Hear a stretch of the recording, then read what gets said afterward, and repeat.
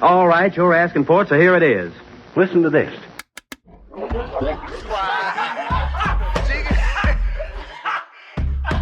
want you folks laughing at we partners pod, kid. You understand? We in here drinking, singing, all that shit, dog. We sweating, getting wet, and all that. All right, here we go. Welcome to the 128th episode of the Drinking Partners Podcast.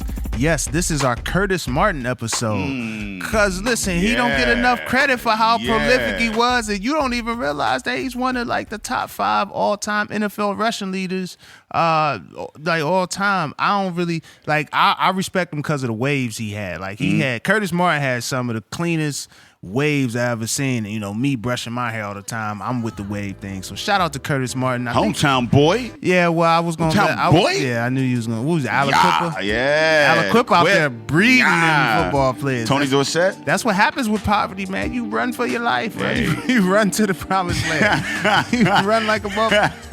Yo, in Western Pennsylvania as a nigga, man, that's about you doing a lot of running, man. Yeah, especially out in the Quip. Yeah, I was equipped, and then he played for the Patriots when they wasn't no fucking good. So shout out to him for that. True. I know he mad as hell. Fuck the Patriots, but yeah. See, I didn't even want to go there. I was gonna say he mad as hell because he played for him. He was the best running back they ever had. Was it the Jets?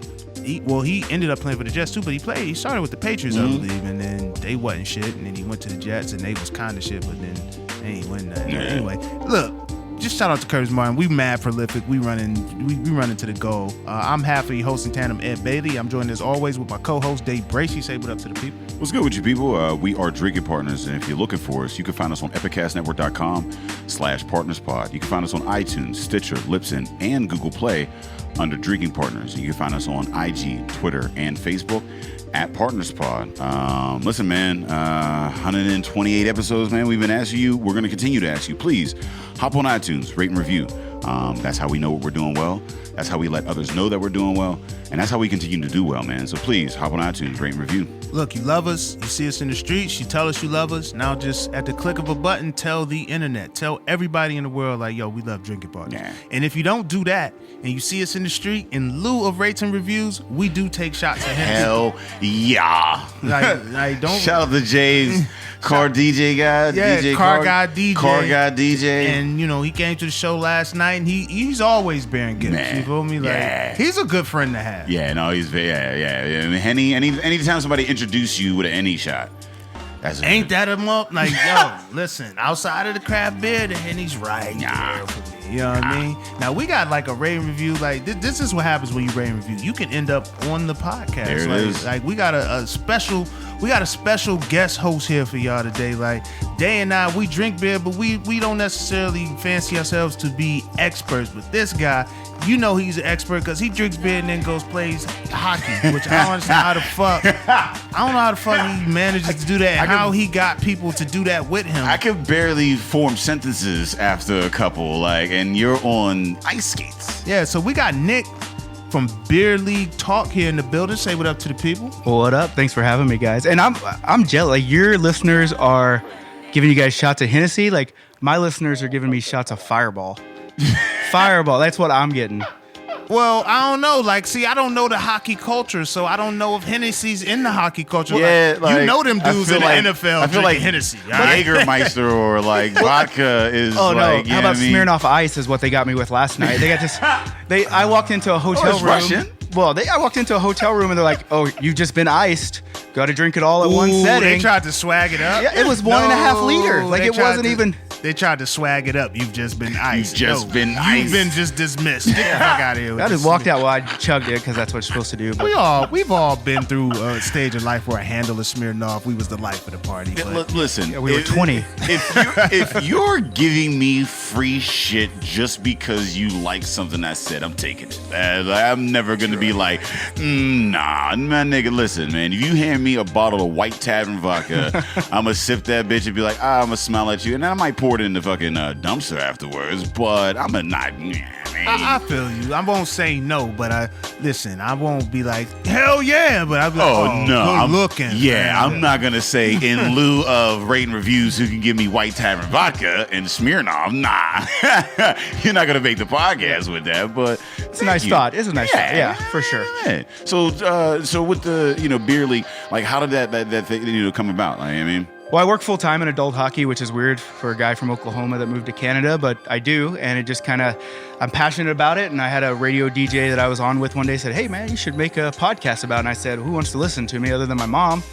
And I was wrong. Like, I just started talking and people started listening. We got a couple hosts we have a really great vibe like you guys have. I mean, we're probably not as funny, but we tell more poop jokes. So take that. A lot of people think that poop joke is funny. I'll tell you what, if I was on skates on ice, listen, I saw The Good Son. I know how that shit goes. When motherfuckers be on ice that can't swim, that fucking ice cracks and you go underneath. Like, that's why I don't ice skate. That's why many of our listeners who look like me, we don't ice skate. Now, I'm gonna keep it real. Like, I've gone ice skating in Chicago, and I'm gonna keep it real. I went because of a woman.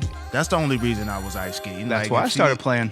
Okay, I respect that. Canadian woman said, "Here, you're playing hockey," and I said no. And then she said, "Oh, you want to bet?" And here I am. There it So is. that's Oh, the yeah, the conversation. power of the PUN. But so you guys like tour? You guys like do a bunch of tournaments around the country? Yeah, I mean, other than the podcast, that helps with marketing those tournaments, of course. But yeah, we do these draft tournaments where we meet. We don't even know everybody. We just show up Friday night like we did in Pittsburgh here, and then we make teams by beer chugging contests. So it really doesn't matter how good you are. Like, you guys could still play in the tournament. You just have to be drunk, and then you say, "Hey, I'm not any good because I'm drunk." Can I be goalie just so I can get fucked up and just lay down? Yes. And then somebody be like, "Put your hand up," and that's just all I would be. It was just The only problem is that then people are shooting pucks at you. You know that. Like, yeah. So maybe you just play and you just sit on the bench. I'll drinking. just be the coach. I don't even gotta wear skates. Man, coach have to like slick that hair back, and I just don't think I throw some shit like, listen, I brush my shit, like, I keep my hair on point. Yeah, man. Hey, we could try. I'm up for anything. You ain't hear my introduction. Curtis Martin had that Blair Underwood hair. Like, I thought you'd go with the hockey guy. Well, listen, the hair is like, he had a helmet on. Hockey people have helmet on. That's true. You know what I mean? Like, respect to all the hockey players. Y'all willing to lose teeth over y'all sports. Yeah, like, I will that say is this: I do tough, respect hockey players as much, if not more, than any other athlete, because they really gotta love that sport. Yeah. Because I don't know where it is on the pay scale as far as major sports, but I don't think it's one of the top 2 or 3. You know, if you just a guy on the squad in hockey, you don't get the endorsements. Even if you're that dude, you don't get the endorsements. Oh, they got goo. They got hired goo. Yeah, they Well, I pay you saw to that fight. Like, they got Goon. no Yep. front teeth. Yeah, and I that's seen all that they movie do. They Goon just with go on, Stifler. they fuck motherfuckers up, man. That, like, honestly, like, I only watch hockey like during playoffs. Yeah, I mean, Penguins in the playoffs or whatever. There's way too many motherfucking games. What is it, like 80? 82 games, 82 yeah. 82 games. But You know, you're not an NBA fan? I'm not an NBA fan either, me because it's way neither. too. I'm not a baseball fan because now I watch gotta any leave major this sports podcast. their championships or the playoffs, because that's when you see the best of the best. That's what it's worth. It's like loser, win or go home. I watch any sport like that. I mean, tennis or anything like that. But like 80 some games, that's too much. But the thing I fucking love about hockey is that, like, y'all can get out there and just like fight and just like it's a thing. Like, yeah, I mean, like 2 motherfuckers throwing fists in the NFL, that's not happening. Yeah, Baseball, that's a big deal. It just happens every fucking like 10, 15 minutes on the ice or whatever. And like the intensity and the boards and the crash and the skill, it's amazing. My thing though, I felt a little weird because, in this last playoffs for the finals, we had Subban in there, right? I mean, and it was weird because, like, I'm like, oh, this is like a black dude on the ice, and I'm like, yeah, I'm cheering for the black dude, but I'm a Penguins fan, so I'm like, I can't. And then every time there was like a fight, I was like, I don't know who to cheer for. I was like, man, like, Nah, man, he got beat up by Sidney Crosby. So I listen. I know, and I was like, I was, you know how hard it was to be a Penguins fan and a black fan and being like, man, yeah, he deserved it, because Superman is a dick.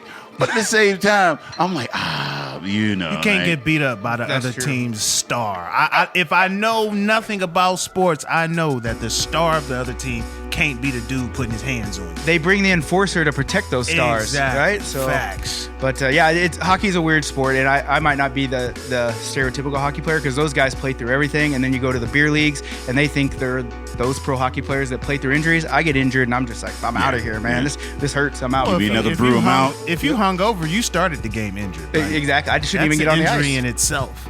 So we want to thank you. So we're going to need you this podcast because this is 2 of 2. So the people who've been listening, been rocking with the podcast, you know, they and I, we not 100% right now. We've been drinking. We done went through 2 growlers. We do got some events that we got to shout out because this is an event in itself. This podcast, this is an all-star cast, but we got some shit coming up if y'all want to see us live do comedy shows. So July 28th, 29th, this is our baby. We trying to expand here with the Partners Pod. So out of Contra Theater, we're bringing in Mike Kaplan, as seen on Conan and Last Comic Standing. Netflix. Netflix special. He got a Netflix special. Check out the Netflix special, Comedy Central special, like Conan. Like, I mean, he been everywhere. We trying to do big things. We still got the BYOB with that, but we're giving you a national headliner. We got the big homie T-Robe in the building. We got Sean Collier from DVE come through for that. July 22nd, we're at War Streets. War Streets, we got Pittsburgh Topical Truck coming out with that, and this is a crowd work show, so like, you know, the comics are gonna be, you know, talking to the crowd. We want you to heckle. This is heckling encouraged. All the time you've been talking like, oh, this motherfucker ain't funny, and then like you're like, oh, I don't want to say anything. Tell us all that shit. Oh, you think you could do it better? Tell us about it. Come through, and the first beer is free. You know what I mean? So it's $10. First beer is free. And we got the taco truck or whatever. Come through and tell us how we should do our jobs. We are encouraging this. So that's and there's no other profession where you get to do that. There's no other profession. Like, they got Yelp reviews and you can call the 800 number, but don't nobody know who the fuck you talking about on that 800 number. Like, you just talking about, I got terrible service here. Like, they don't give a fuck. And then August 26th, we have Quincy Jones. He headlined the last year's Pittsburgh Comedy Festival. He's coming directly to Contra Theater. He's going to be headlining because, again, out at Contra Theater in Cranberry, every last Saturday, we're doing a BYOB show, and we're bringing out the best in the city. And now we're bringing people from outside of the city that y'all know. This shit is real. Partners Pod is real. And just a reiteration, on that Mike Kaplan show, that's July 28th, 29th. July 28th, Apis Meadery will be down there. They're sponsoring it, so they're going to come through. And if you've been to any Apis Mead event, if you've been to any of the events that we've been at with Apis Mead, you know Dave brings the party. So like that'll be the 28th, and then the 29th we've got Rheingeist. And you know what? Like, I was out in Sandusky a couple of weeks ago, and I didn't fully understand who Rheingeist was, and I stopped at a brewery out there, and I mentioned Rheingeist, and they're like, yo, these motherfuckers is doing it out here. So like they're expanding into PA, and I'm really excited for them to be at that show. So July 28th, 29th, man. If you're a craft beer fan, if you're a comedy fan, if you're a fan of booze in any way, shape, or form, come through and support the show. Now, we got a brewer in the building, and they're doing it well. So we're excited about this episode one because Day and I, we're already kind of tipsy. So we got an actual beer analyst here. Nick, you know, he going to handle all the real questions. And we got Andrew Witchy from Dancing Gnome out in Sharpsburg in the building, providing us with some crazy good beer. Say what up to the people. What's up, everyone? Thanks for having me on, guys. Much appreciated. Thank you, man. Shit, thank you for coming through with this. You've been media trained. Yeah, man. This delicious, hazy, juicy, just okay, man. First of all, don't talk to a man like that. You got a fiance. How you gonna be talking like you recorded with that? Like, yo, do you understand? We know it's about the beer. We know it's about the beer, but I'm gonna use that if I ever get random one night stand sex ever again. I'm definitely gonna use that. This hazy, juicy. He's got the words, man. Wordsmith right here. I don't know if you want hazy in your pussy though. I mean, that might be like if it's hazy, juicy, omit the hazy. Omit the hazy. I'll take some hazy, juicy. I ain't never had to say that. Not only is this great, but you could just drink a bunch of these, man. Like this is really good. Like, thanks, man. Yeah, that's the idea. Definitely always making beers that you can have more than one of, even at an 8.5% ABV. That's what I'm saying. Like when you get up to 7, you 7 is like Terrace level orange, all right. But then like you start getting up to 8 and stuff, it's like, yo, this shit's real, fam. Like you don't play around. Yeah. And then with the taste, like the way it goes down, the flavor, like it's deceptive. It man. is very deceptive. Like you don't, and that's I've started to notice a lot of brewers like starting to hide the ABV well. Like I mean, early on when I started to drink, I prided myself on being able to take a sip and knowing what the ABV was in that. And I mean, like now every fucking time I get, I'm like, yeah, sure. Wait, what is this shit? And that's a 9. Like what the? Where are you putting this? Where are you putting this motherfucking 9 at? You know. Yeah. And like I said, you guys do that very well. And so we want to just, because we do a segment called "What You Drinking On," and typically what we do is we drink and we kind of give a little bit our thoughts on it, but we don't know much about motherfucking thing, and we can't articulate it in the sense that it needs to be. So it's nice that we have two, like brew drinking motherfuckers on here that can give us that that expert. We need people to supplement what we've lost after doing the one episode of it. But we do need just let the people know, about Dancing Gnome. Where are you guys? How'd you get started with that? We're definitely gonna get into the brews in a minute. Yeah, sure thing. So Dancing Gnome's in Sharpsburg, PA, which is just a little bit north on 28, just past Millville, Etna area. It's kind of Etna's the first town kind of out of Pittsburgh city limits, and then Sharpsburg's pretty much parallel with that, just closer to the river. So we opened up to the public on October 1st of last year, so 2016. Okay. And brand new. Yeah, pretty new, rolling on 9 months here, which is pretty crazy to think about. Honestly, time goes stupid fast. Your rise has been is insane. Like I mean, I remember you guys opened up, and then I'm like, all right, because you in this area, there's so many breweries are opening, right? Yeah.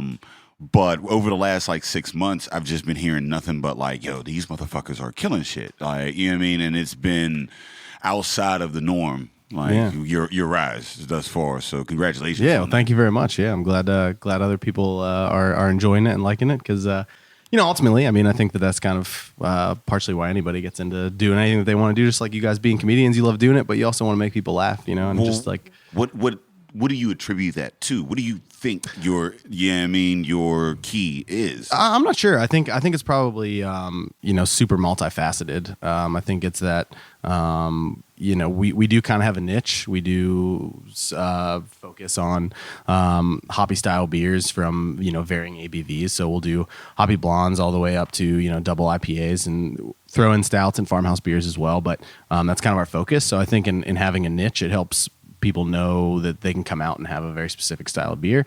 And then I think it's kind of what you hit on earlier as far as hiding the ABV and being, flavor and aroma forward and not just making beer, but trying to, fuse some art in there as well somehow and make it something a little bit different to drink. So aroma forward. Can I tell you that with a beer, that's awesome. That's how I'm gonna start telling people they stink, though. Hey, what's up, bro? You are aroma forward individual. You are very aroma forward today. Yeah, and it's crazy because the aroma forward could mean that you musty as motherfucker, or you're that cologne heavy motherfucker where it's like I can taste you as soon as you walk in. I know your chest hairs are saturated. Yeah.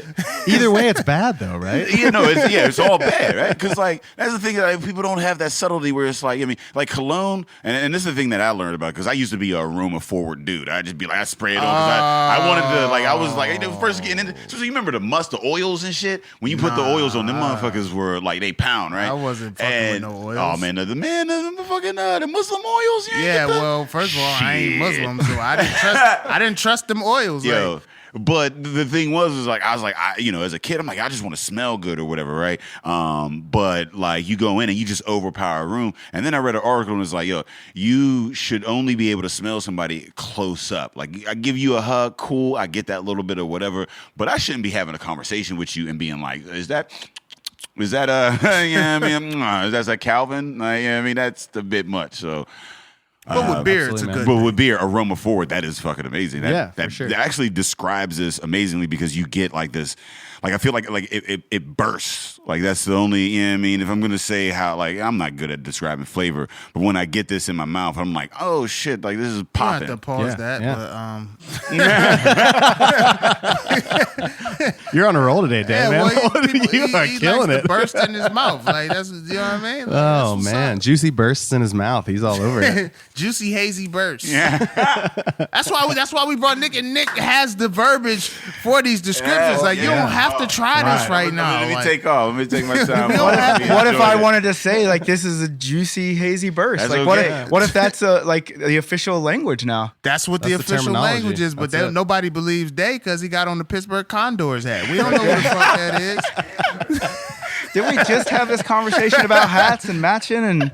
Well, yeah, so Day, like you say, is a black man. He got the Condors hat, the Condors shirt. The hat matches the shirt. That's a real thing. Like, that'll happen. Like, you know, you see white dudes, our counterparts, like, they just wear their team hat. Yeah, you know what I mean? they That's their don't. team. It ain't got a match. Like, Yeah. it's just, I'm just wearing this today. This You know what I is mean? who I fuck with. Yeah, Like, I'm representing listen, the team. I'm from Cleveland. I'll wear a Warriors hat. If I get them, I think the Fort TJs, the blue with the yellow, I'll rock a Warriors hat with them and be cussing Kevin Durant out the whole fucking time I'm wearing it too. Like, fuck Durant. Yeah, I mean, at times, like, I wear the Pirates hat and, like, you know what I mean? Just so everybody knows, the Pirates P stands for Pittsburgh. I just want people to know because It's a classic hat too. it is a classic hat, classic yeah, I fitting. mean, and the Pirates P stands for Pittsburgh, and I wear it because of P. Because I don't fuck with the Pirates; they're too losing of a fucking team. Like, yeah, I mean, they're losers, and I come from a city of champions, so like, yeah, I The mean, P stands for Pirates, but yeah, so like people are like, oh, they come, no, it stands for Pirates. It stands for Pittsburgh. It That's stands a for Pirates, Googleable. but It stands for Pittsburgh. Let me just be very clear. So when people walk up to me and they start talking about McCutcheon, and I mean, and I'm like, I don't know that motherfucker. Because like, yeah, I mean,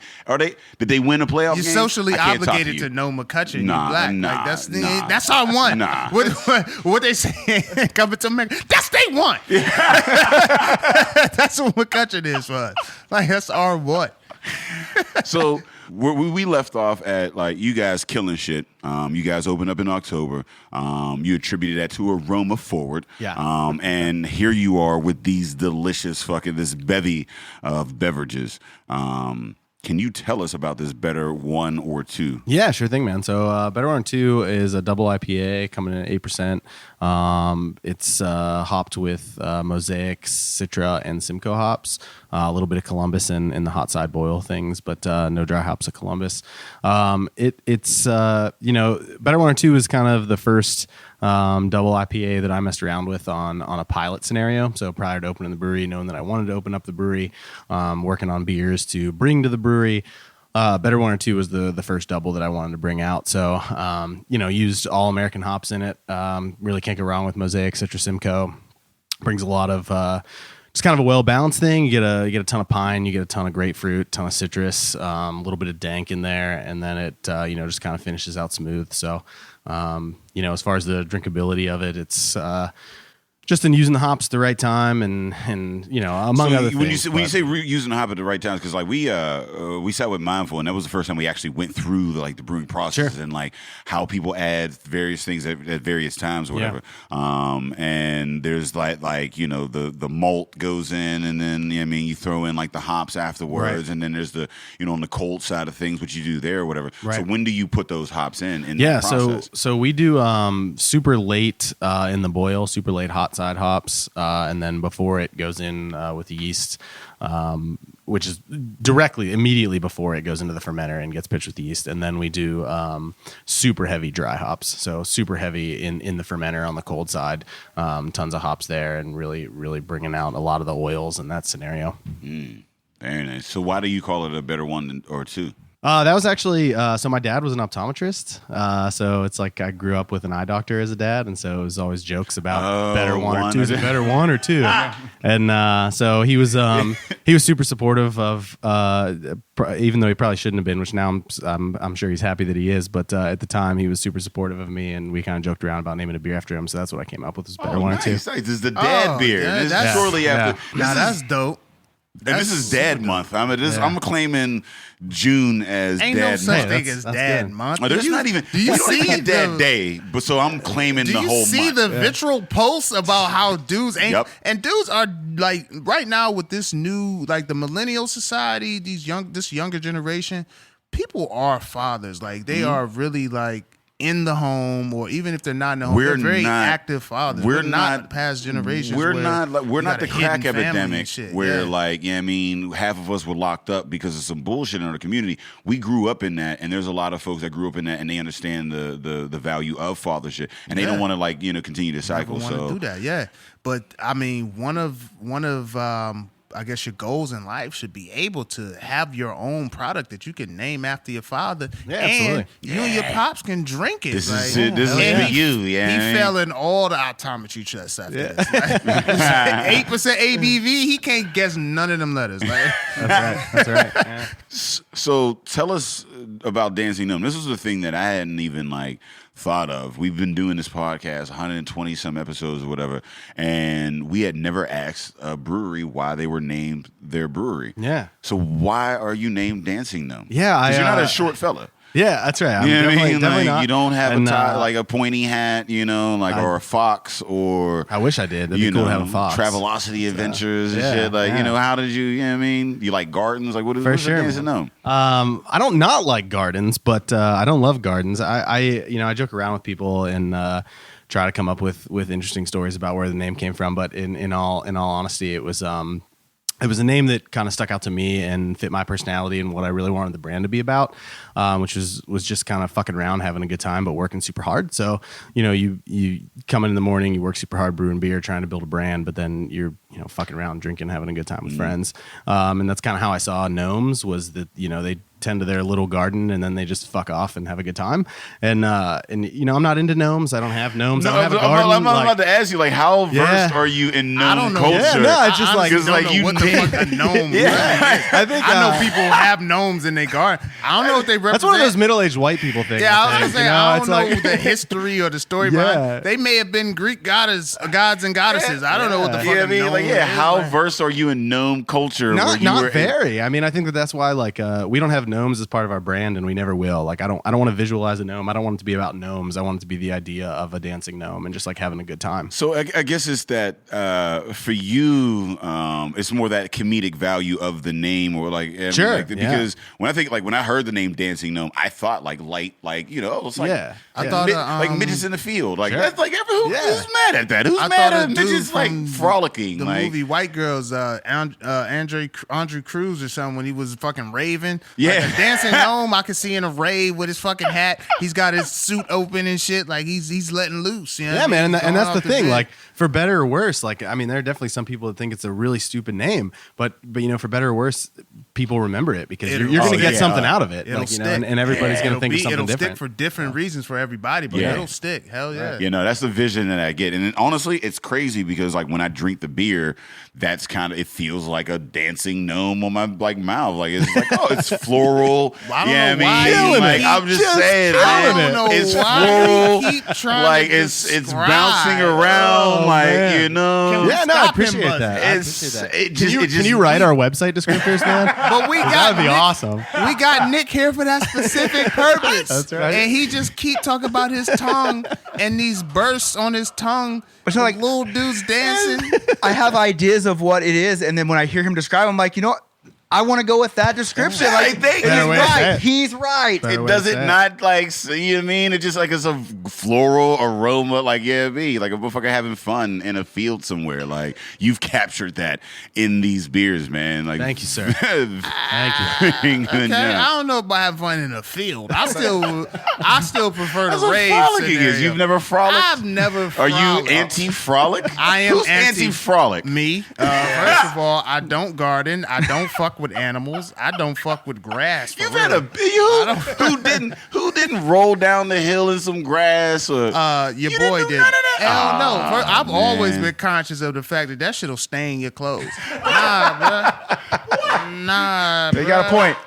Nah, if accurate. I'm outside doing something active, it's hooping. Like, that's it. Or having a water gun fight. Like, I'm not getting my clothes dirty. Like, you know how much I spent on these shoes? You think I'm going to You just run through the spent that grass? and as a shit? kid. As a kid, in the time of Mama your life. spent that too. Nah, Like, no, Mama, no. You had to have. So you had like mom. Like I was in the same way. We had new clothes. And new clothes, you didn't get that shit dirty. But after about a year, they become play clothes. So you put the play clothes on, and that's where you go to frolic in the field. You got play clothes until you get too big for them, and then the play clothes become hand-me-down clothes. You know what I mean? And that's the progression. It goes from like new day school clothes to play clothes to, all right, let's get these to the Goodwill clothes. See, it was different for me because my school had a dress code, so they already had to buy a different that's a whole wardrobe nother- to go to school throughout the year. Year. Then you had your good clothes. You had the clothes you just got for Christmas. None of them clothes could be fucked up. So, nah, not at all. In the grass? Hell no. Yeah, and no, I feel like uniforms off a of whole this nother. dancing gnome, I would probably be in the grass, frolicking and doing all that shit. So I may have to scale back on how many of these 1 for 2s or 1 or 2s I drink, because I might step 1 or 2 feet in the grass and then scuff my sneakers. I feel you, man. I feel like, you know what? I feel like you need to compensate for that in adulthood. You know what I mean? Like, in adulthood, I compensate for, like, not being able to have sweets in the morning. You know what I mean? So sometimes I wake up and I have a motherfucking donut, because I'm like, you know what? I was never able to have a donut, you know what I mean, in the morning. So That's I do that. a very poor example. Donuts No, are but for breakfast. They're amazing. I mean, frolicking is Say amazing. you had a honey bun. No, That's some hood shit. Frolicking is amazing. Wake up and have a honey bun. I think that you need to go frolic one time to make up for it, and I think you'll, you know what I mean? You have you might frolicked, Andrew?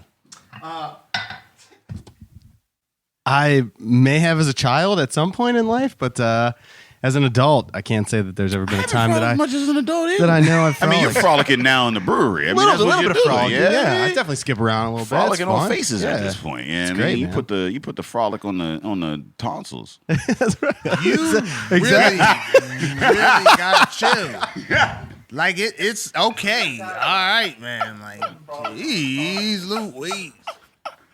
So, like, your introduction to craft beer, because we like to talk about, like, you know, when we were younger, obviously we weren't looking into the quality of beer. It's more of a price point situation. Sure. At what point did you start getting into craft and then decide, you know what, I'm going to brew my own product? Yeah. So I jumped into craft pretty early on as a legal drinker. So I turned 21 and was dating a girl at the time who went to Slippery Rock University, and North Country Brewing was up there at the time, and they just had the 7-barrel pub at the time, and and that was honestly, North Country was like my first craft beer. I had like a crazy bacon stout on cask, and and it was strange and bizarre. And Was it good? I don't think at the time I would have said it was good, but like it was like, what the fuck It was is different. this? Yeah, I mean, because when it comes, I love bacon, but I think the only thing that, like, you can put bacon on everything else, but when it doesn't translate to alcohol. right. Yeah, and I've had so many different bacon infused vodka, like bacon, like beer, bacon, and it's the Bloody like Mary alcohol. though. Bloody Mary. Well, see, Works I don't in a like Bloody tomatoes, Mary. so I mean, maybe. all right. But the thing is, with a Bloody Mary, you're putting the bacon in afterwards, so you're getting a natural bacon flavor. Right. You know what I mean, as opposed to like bacon infused with it's a Bloody different. Marys aren't good. They are breakfast alcohol. So Yeah, It's like a makes meal. sense. Yeah, it makes it's a sense. meal as opposed to like you say, Right. when you add the hops at a different time, or you know what I mean, or you add the flavors, it matters in the end result. Absolutely. I feel like with the bacon with a Bloody Mary, because it's at the end of it, you still fuck with it. But if you try to infuse that and then bring it, then that's a whole other thing. And I've just never had a bacon anything that tasted good. Yeah, no, I definitely feel you. I mean, maybe that's one of the reasons that I'm not really into smoked beers either, because it was the first beer I had, and that was the first craft beer I had, and I was like, thanks. I love a smoky beer. But yeah, so North Country was kind of my first intro to craft beer, and just kind of took over from there, and then spent a ton of time at North Country through college years and trying out new beers and grabbing them at bottle shops when I could, and just took it from there. Loved beer, and after college started homebrewing, and really kind of liked the scene. Spent a ton of time at breweries. At that time, it was like 2013-ish. So, breweries were starting to open up. Roundabout just opened up. Hop Farm just opened up. Full Pine was there, and Penn was there, and East End was there. But like, I remember going to East End's Gratitude release in 2010 and just like fucking around taking photos and like having a good time. Yeah. And that's all we had, But Roundabout opened up and Hop Farm opened up, and and then Brew Gentleman opened up the spring after that, and so started talking to those guys and hanging around the breweries and drinking a lot of beer, and realized that that's kind of the way that that I wanted to do something. I knew that kind of my trajectory in life was always going to be my own boss, because I'm really bad with authority and taking thoughts from other people. But I just didn't know at the time what it was going to be. And, I was, doing photo video work, and I knew that I kind of didn't really want to open a studio. So beer kind of fell into my life at the right time, and I ended up going back to school for it, school in Vermont called American Brewers Guild, and getting certified in commercial brewing, basically science and engineering of brewing. I didn't even know that was a thing. Yeah. I think 128 8 episodes in. This is the first time I ever motherfucker say I just ended up going back to school. Yeah, because everybody else like is like, oh, I came in and like I was home brewing, and then like I did some like somebody brought me on as an apprentice type shit or whatever. Yeah, I mean like that's the first time we've heard like somebody went to school. So you get credentialed in this shit. Yeah. I mean, there's a handful of schools. There's the one in Vermont, American Brewers Guild. There's one in Chicago, which is Siebel, which is really cool because if you do the full course at Siebel, you actually do 3 months in Chicago and 3 months in Germany or Belgium. I can't remember where, but it's the Doman's Academy. And then there's actually UC Davis has one. University of Oregon has one. They're literally 4-year degrees in fermentation sciences with a specification so they had to make it sound specific. Like fermentation science.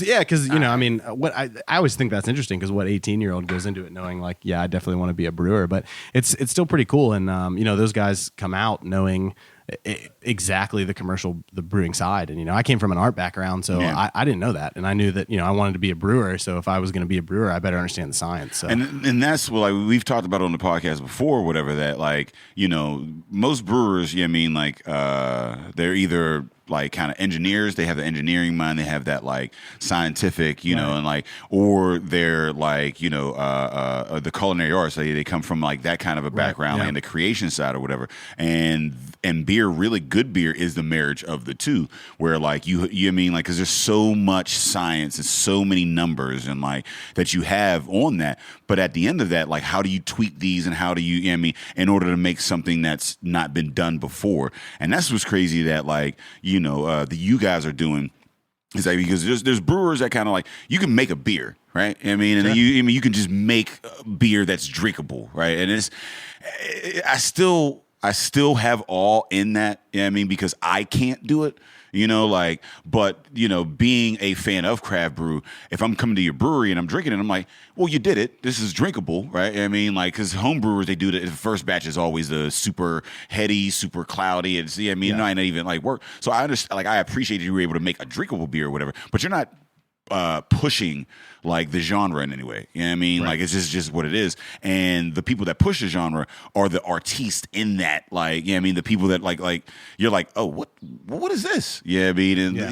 So there is that marriage of like science and art. And I think the best brewers have that balance from that. And I guess like you're the first person that we've talked to that didn't have like either like a science background or a culinary background. Like you said, you're an artist. What type of art were you doing? I went to film school actually, so I was I came out doing film work and then kind of transitioned into photography for fashion retail companies. So I worked for American Eagle Outfitters for a while, and then ModCloth, which is based here in Pittsburgh, for a while, and then left ModCloth to focus full time on the brewery. But that's what I was doing post grad. So wow.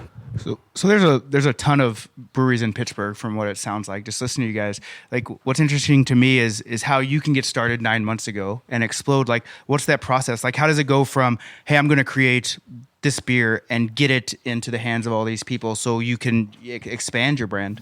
It's kind of organic, honestly. I think, I knew what I wanted to do, and I had a very clear business plan, and I had a very clear idea, and the tap room is built out in a very specific way, and it was my vision and the beers that I wanted to be brewing. But there's also kind of the sense that is anybody going to come drink this? And we definitely had our growing pains in a sense of our first batches are not the same as our 100th batch. So. We've definitely grown and figured out our system and are able to kind of make every batch better than the last. But that's also kind of where I stand from a business point, and I think that the people that I've hired along the way stand that. We want to make great beer and we want to create a good experience, but it's always about kind of increasing that and getting better always and never kind of standing for any status quo. And that's not to say that other people aren't making great beer, because there's plenty of places in Pittsburgh that are making great beer. But I think, for us, one of the things that was super important was canning, and I wanted to can off the bat. So we bought a little canning line and we waited, and I made the decision to wait until the beers were kind of where I knew they could be, and then we started canning, and that's been huge. So, getting into that packaging has been really helped kind of push the brand beyond just local Sharpsburg. So what do you think the importance of canning is? Because you guys obviously invest heavily into canning. Sure. Yeah. What do you think? Why do you think, or why did you identify that as something that we want to get into that? It's multifaceted that I'm not sure that I even understand. I mean, I think from a culture perspective of craft beer, cans. So from a scientific level, cans are superior to bottles always. I mean, just from oxygen permeability, light permeability, like, if you can a beer well, it's going to last a lot longer than a bottled beer. Easier to take anywhere. A lot of places don't want glass, but you can take this anywhere you want. Easier to throw in a suitcase on a plane. So somewhere along the lines in craft beer culture, canning just kind of, blew up, like Hetty Topper was doing it a long time ago. And then after that, it was kind of like hoppy beers needed to be canned in these 16-ounce pounders, and people really brought them and, kind of took it to a new level. And so it was important to us because I think I partially understood that culture, but I'm not, it's still a little bit fascinating to me that we can sell cans as quickly as we do. And I can take this can on the bench at a hockey game. I can't take a glass bottle.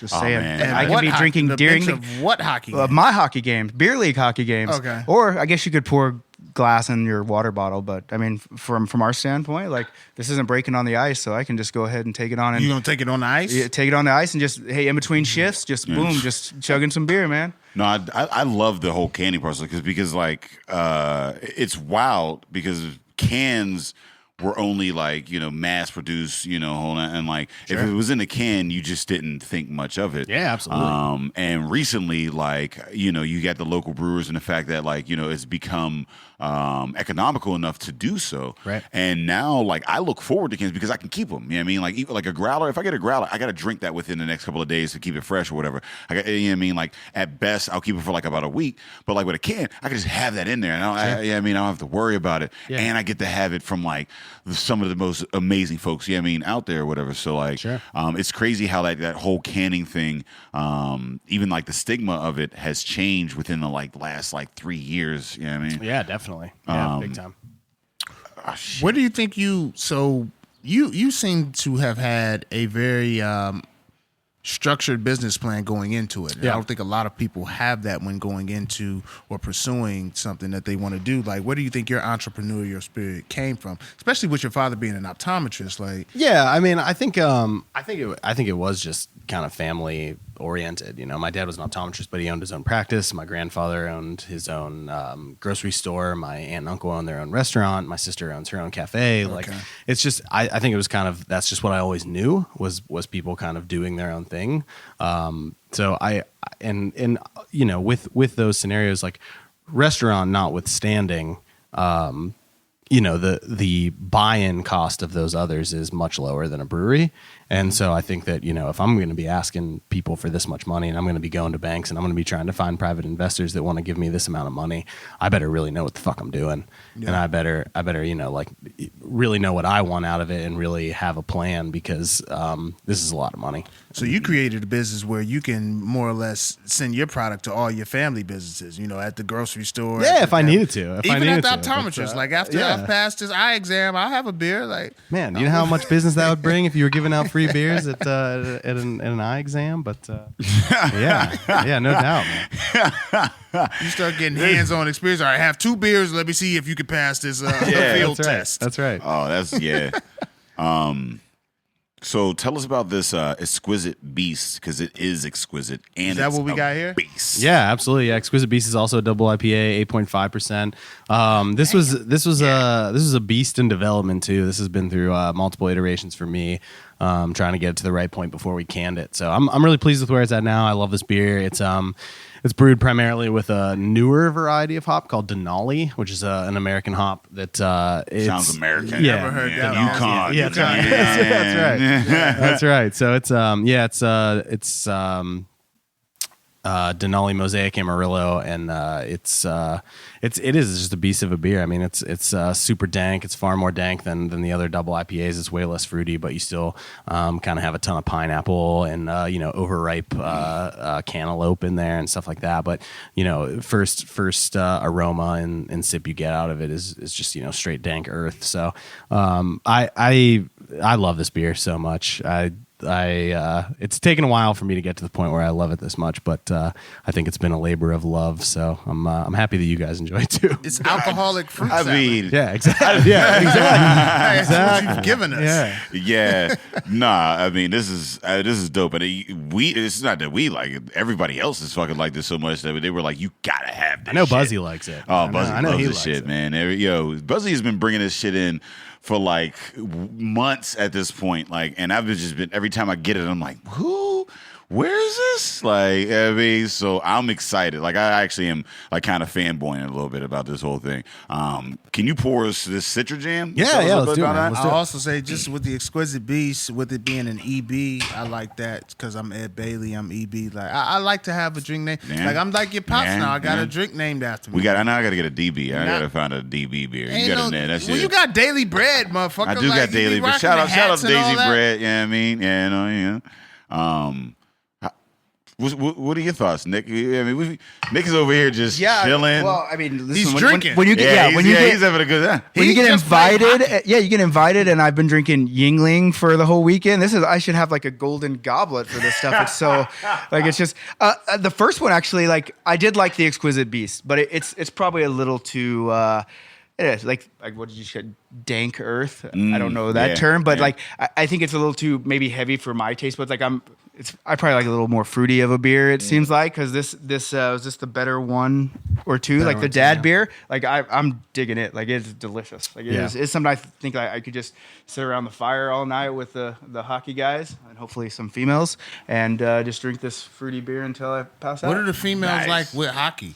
All right. Like, do they get, because like hooping, I know they be having the you know what I'm saying, the groupies, football and all that, but like the hockey, The hockey groupies? Oh, they're called puck bunnies. puck Puck bunnies. bunnies. Puck bunnies, and they love to Puck bunnies turn to fuck buddies. That's That's pretty much what it is. Like they always say, like you will on the ice and you will off the ice because you're willing the puck bunnies, and so Wow.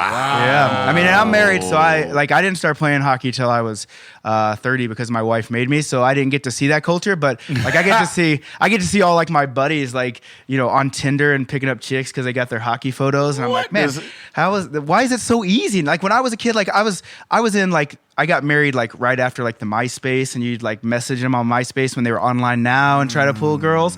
And these guys are just at the one button click, and They're there. it's Yeah. crazy. Like it takes all the challenge out of it. I'm like, maybe that would be more fun to just have no challenge sex. Can we Yeah. get into that? Because we've talked about this before. Yo, fuck you young dudes who don't have to deal with the shit we had to deal with. Like, you don't understand what it was like trying to bag multiple shorties back in the day. Like, these motherfuckers is just putting scantily clad pictures out now. All there's these nothing to the profile imagination. It's information. crazy. Like, you don't know nothing about Listen. finding somebody just out of nowhere, don't know nothing about them, just seeing them in the mall. Yeah.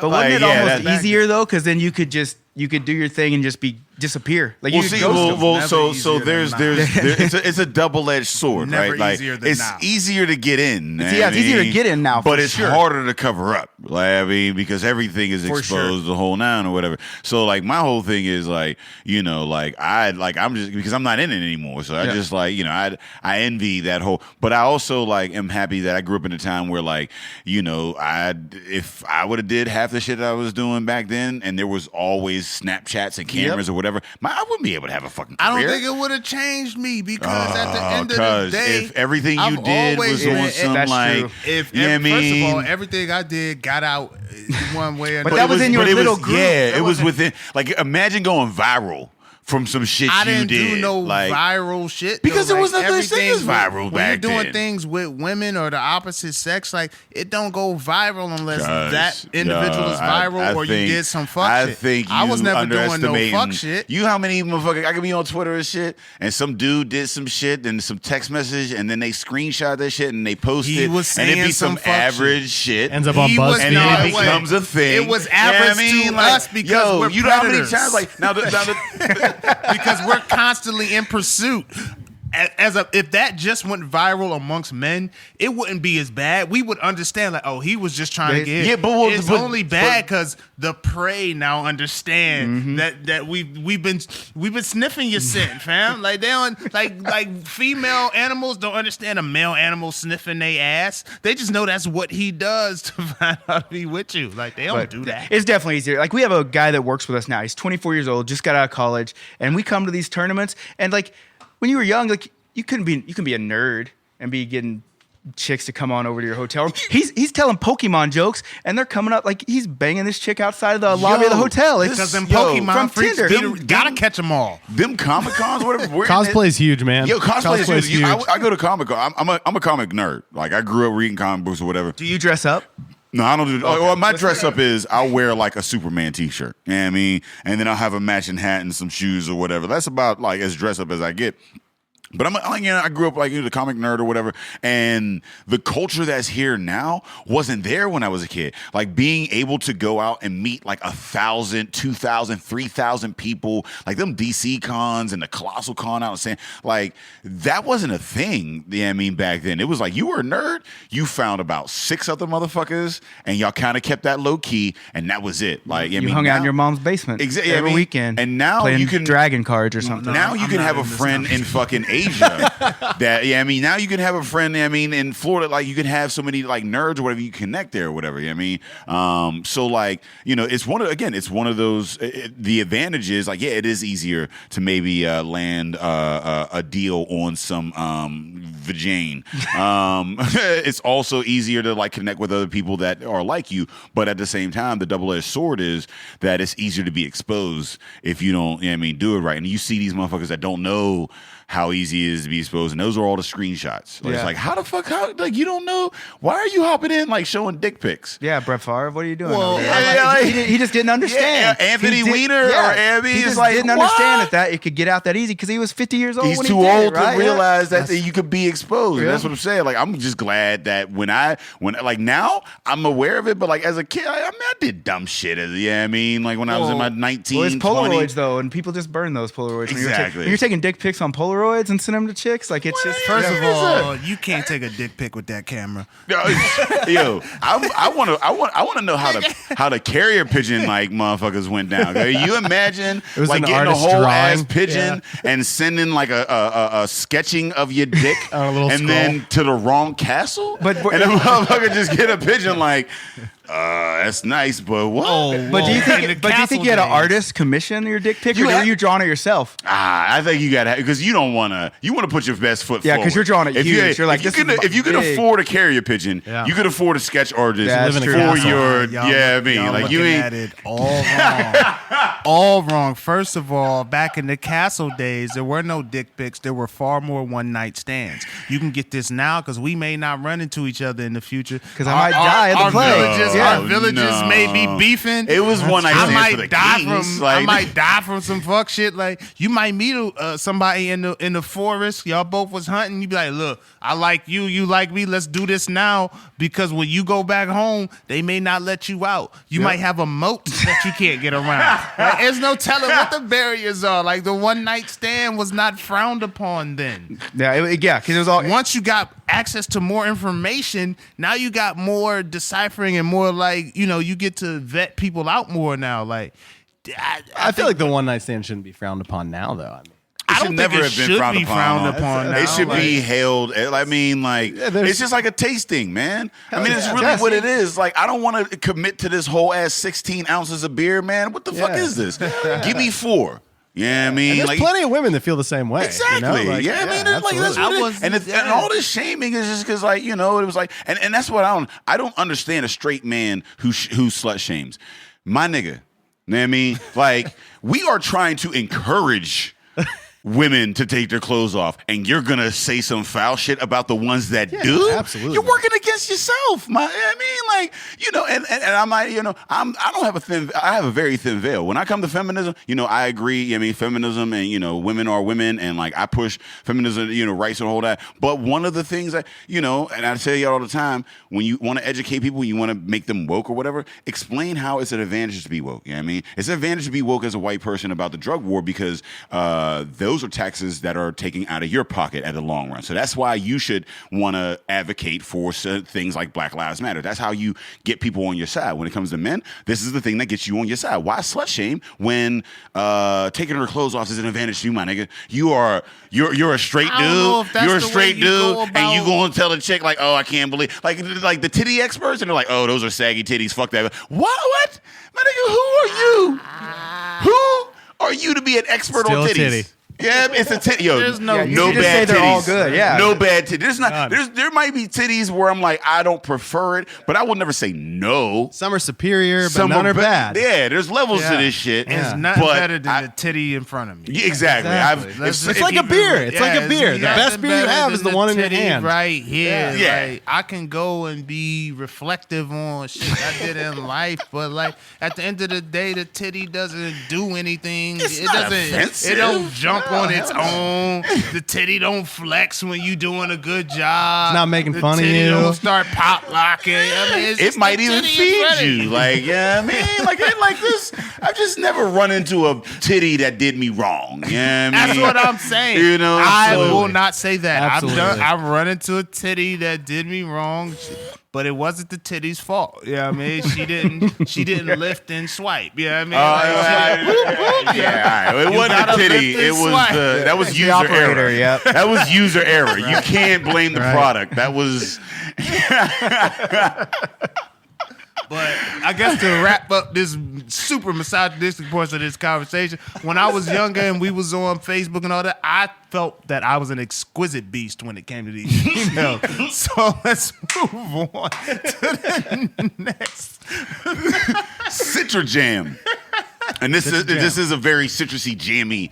Yeah. Absolutely. This Yeah. is a turn up. This is a Yeah. turn up juice. Jam's a cool beer because so Citra Jam is an offshoot of a beer that we have called Jam. So Jam is it's an IPA that is brewed with rye malt, and the hop bill on Jam is Columbus and Vic Secret. So Vic Secret's an Australian hop that is it's actually in the tanks now. I should have brought you guys a growler, but it's like super tropical, but also has this like crazy earthy tobacco character to it. That's really nice and a lot of people like. And then so with Jam, we decided to kind of take that and swap out the Vic Secret because Vic Secret's kind of like a hit or miss type hop, and then do variations on Jam. So we take out the Vic Secret and we'll do Citra, Mosaic, and Galaxy. So we have Jam, Citra Jam, Mosaic Jam, Galaxy Jam. This one is Citra Jam, so it's Citra and Columbus hops in a rye IPA, basically. That's surprising because like I typically don't like the rye as much. Yeah. I mean I don't like rye bread. I don't. I don't like even like rye bourbons. You know what I mean? rye Like whiskey, I don't like you're not really a fan? like. Yeah, I'm not the biggest fan of the rye whiskeys. You know? And I feel like a bitch every time I say that shit. I'm like because there's this like culture of like you got to be punching the face. Like it just offends my senses. You know what I mean? So to hear that this is like a rye IPA or whatever is actually kind of surprising because I haven't had too many. Like usually when I hear rye, I'm like I'm gonna be assaulted. Yeah, You know and what I mean? I think that's like I guess the caveat that I'll put on it is that like I describe it as an IPA brewed with rye, not a rye IPA. Yeah. The percentage is lower. It does have rye in it. You can tell that there's rye in it from like a taste perspective. There is a slight spice at the end that's kind of attributed to that rye, but by no means is it like a Roggen beer. It's not. There's not a 50% rye character to it that is like you're right. It's like in your face. Like that this is rye. Yeah, it's very intrusive. Yeah, It's cat yeah. calling you on your way to work. Yeah. You know what I mean? Like, exactly. We have to make Is up for cat the. calling You drink a rye We have whiskey. to, you we know have what to make it's up for the like. misogyny for the early one. So yeah, I mean those extra rye motherfuckers, you cat calling, and that's Yeah. harassment. Don't Yeah. do that to my taste buds. So can I just this is episode 2 or 2, so I'm totally focused on the wrong things at this point. Like my mind is going everywhere. So Vic Secret, is that like Vic as in VICK, like a dude? It's Vic as in VIC.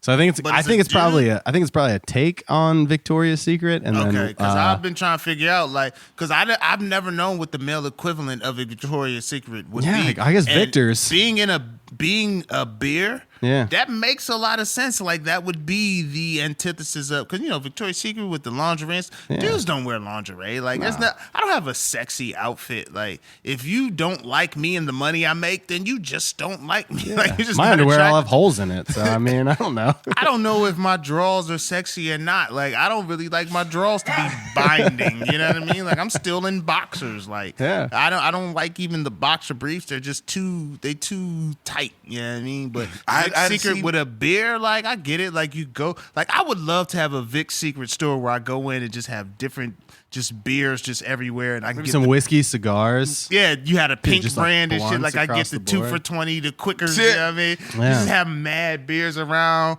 Yeah, I would still have the same models in the Vic's Secret as the Victoria's Secret.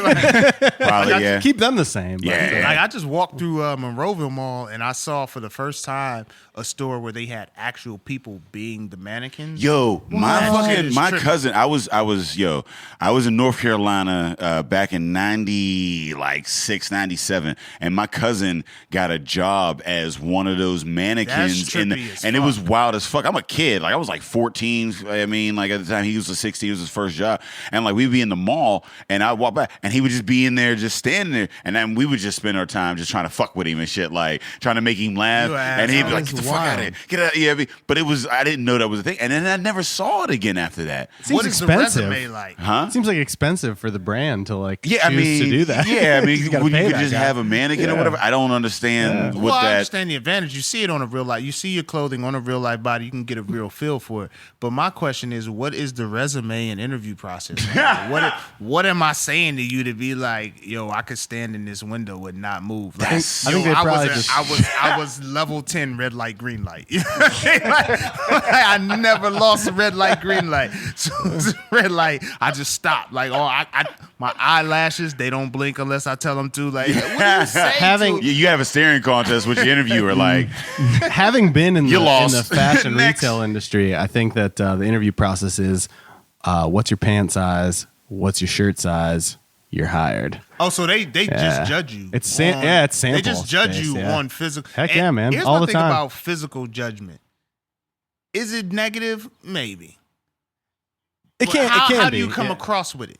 Because everybody's judging everybody. Yeah. You see you don't see someone and be like, they're just human. No, you're judging them on some level. well, yeah, everybody judges everybody by their outward appearance. That's how we get along in life. I mean, when they say stereotyping has a place. I mean, we are able to make sense of our environment given our past, and if our past says that this is a thing, then that's a thing, and that's Right. how we We'll be cognizant of it at the very least. like because if we're always having to evaluate our surroundings, everything that we see, then we'll die. I mean, so you have to be able to make on the cuff decisions, right? Right. Now, where it becomes a problem is when like you're doing it as your basis of everything, and you're not Agreed. adding new information, Agreed. And you're not open to. You're not open to. Yeah, I mean, like I'm looking at I'm like, oh, this is a white dude with a cap or whatever. I'm like, all right, well, he's probably got a wife and a lawn with a push mower or whatever shit like that. I mean, like. Yeah, like I'm gonna keep it real. I judge you. I saw you use a white dude with a black and white hat and a blue shirt, and I was like, that's how white dudes wear hats. No, Because if you were Dave Bracey, you would have on a navy blue hat with some sort of pink or red variation, because that's how black people wear hats. I'm just repping my squad, man. You're just repping your squad. Yep. And I think again with judgment, there are certain things that you can talk about where it's not like I don't say that in a negative way. I just think there's a difference in how people do things, and some of that is influenced by whatever the influences are, and that happens. But if you are willing to, I guess, X people out or put people on a lower tier because of things, that's where judgment becomes. Yeah, like I mean, like if I'm saying like, well, that's just what it is, and I'm gonna base every decision off of a group of people. Like I like stereotypes have a place. Like I mean, there's CPT, there's like fried chicken, there's white folks with the mayonnaise. I mean, like not every white person love mayonnaise, but I mean, here's the thing. Everybody love fucking I'm making chicken. a sandwich. Don't just say everybody love fried chicken. Exactly. You could be vegan and you love fried chicken. You just ain't allowed to eat it. That's the like truth. when it comes to mayonnaise, if I'm making a sandwich for a black motherfucker, I might ask them if they want it. If I'm making it for a white person, I'm gonna ask them how much they want. If you wait, I mean, that's like the difference. Don't and I Miracle kind Whip of, on it. I mean, but I also give them like, if they say I don't, I'll be like, okay, you don't. Like, and I'm gonna change my, Throw that Miracle Whip on it because black people don't know what the fuck it is. Nah. We don't know what Miracle Whip is. You know what? No, mayonnaise for see, real. and that's another thing. Because I love very Miracle good. Whip. I Both hate mayonnaise. good. I didn't have mayonnaise. I hate mayonnaise. Like, It's I the hate same mayonnaise. fucking thing. No, Miracle Whip got some flavor to it. It's a little. No, it's mayonnaise with something, Miracle but Whip it's is mayonnaise, tang. bruh. It's mayonnaise with tang. You know what I mean? It's and like, mayonnaise I grew then, up with Miracle Whip. It's like and then grits with sugar. Somebody It's mayonnaise, motherfucker. Somebody gave me mayonnaise, and I was like, "What the fuck is this bland ass?" Because Miracle Whip, I was used to the fried bologna sandwich, a little bit of cheese on that bitch, throw the chips on that, and like smash it down with some Miracle Whip, and it got that tang. That was cool. Somebody gave me that shit with those mayonnaise. I was like, "What? What is this extra glob in my mouth right now?" Like the mayonnaise don't have that. It ain't got that. It ain't got that. Nah, The label ain't as appealing. Nah, it ain't. But I've It's had just a twang. Hellman's. I've had Hellman's. Hellman's is mayonnaise. That's that I've bland had Hellman's shit. on some I shit. didn't have Hellman's until I was like in high school. I ain't have Hellman's till I was with somebody who had stamps. They can't get Miracle Whip.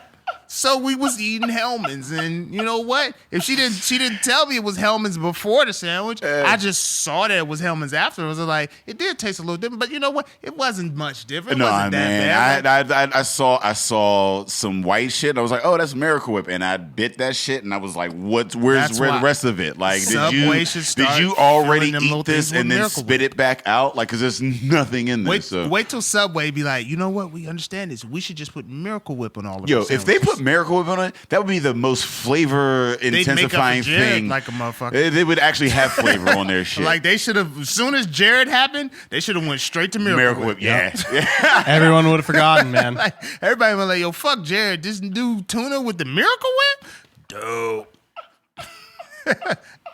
Anybody else mad at Burger King for this mac and Cheeto shit that's happening I'm so now? sick of Burger What's that King, shit? man. It's a Cheeto with macaroni and cheese inside. Yeah. They Have like you had it? fried macaroni. I refuse. Are you fucking serious? Well, no, I mean, here's the deal. Like, I live in Canada now, so I can't even get different flavors of soda. I didn't see it until I came here, and I was like, if they have them, someone's eating them. So I'm trying to find someone that has eaten them to get their take on it. You know That- what?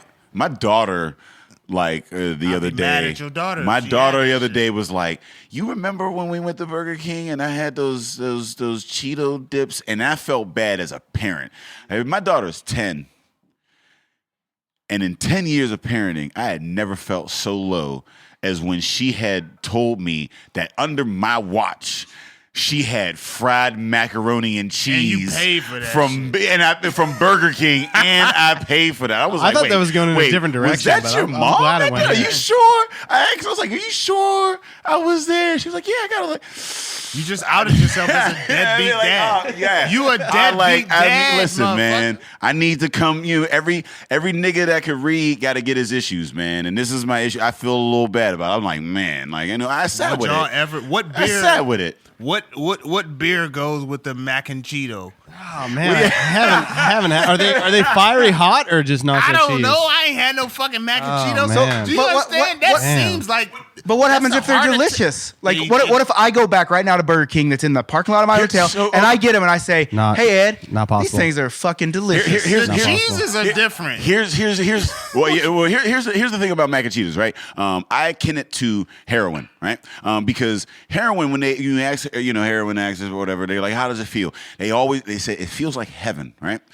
I'm the type of person when it comes to my drug use or How whatever. many heroin addicts you spoke to? I used to be a drug counselor in the past life. You know what I mean? Like, so when they say like it feels like heaven, I'm like, here's the thing, right? I don't want to feel that, because once you feel heaven, everything else feels like shit.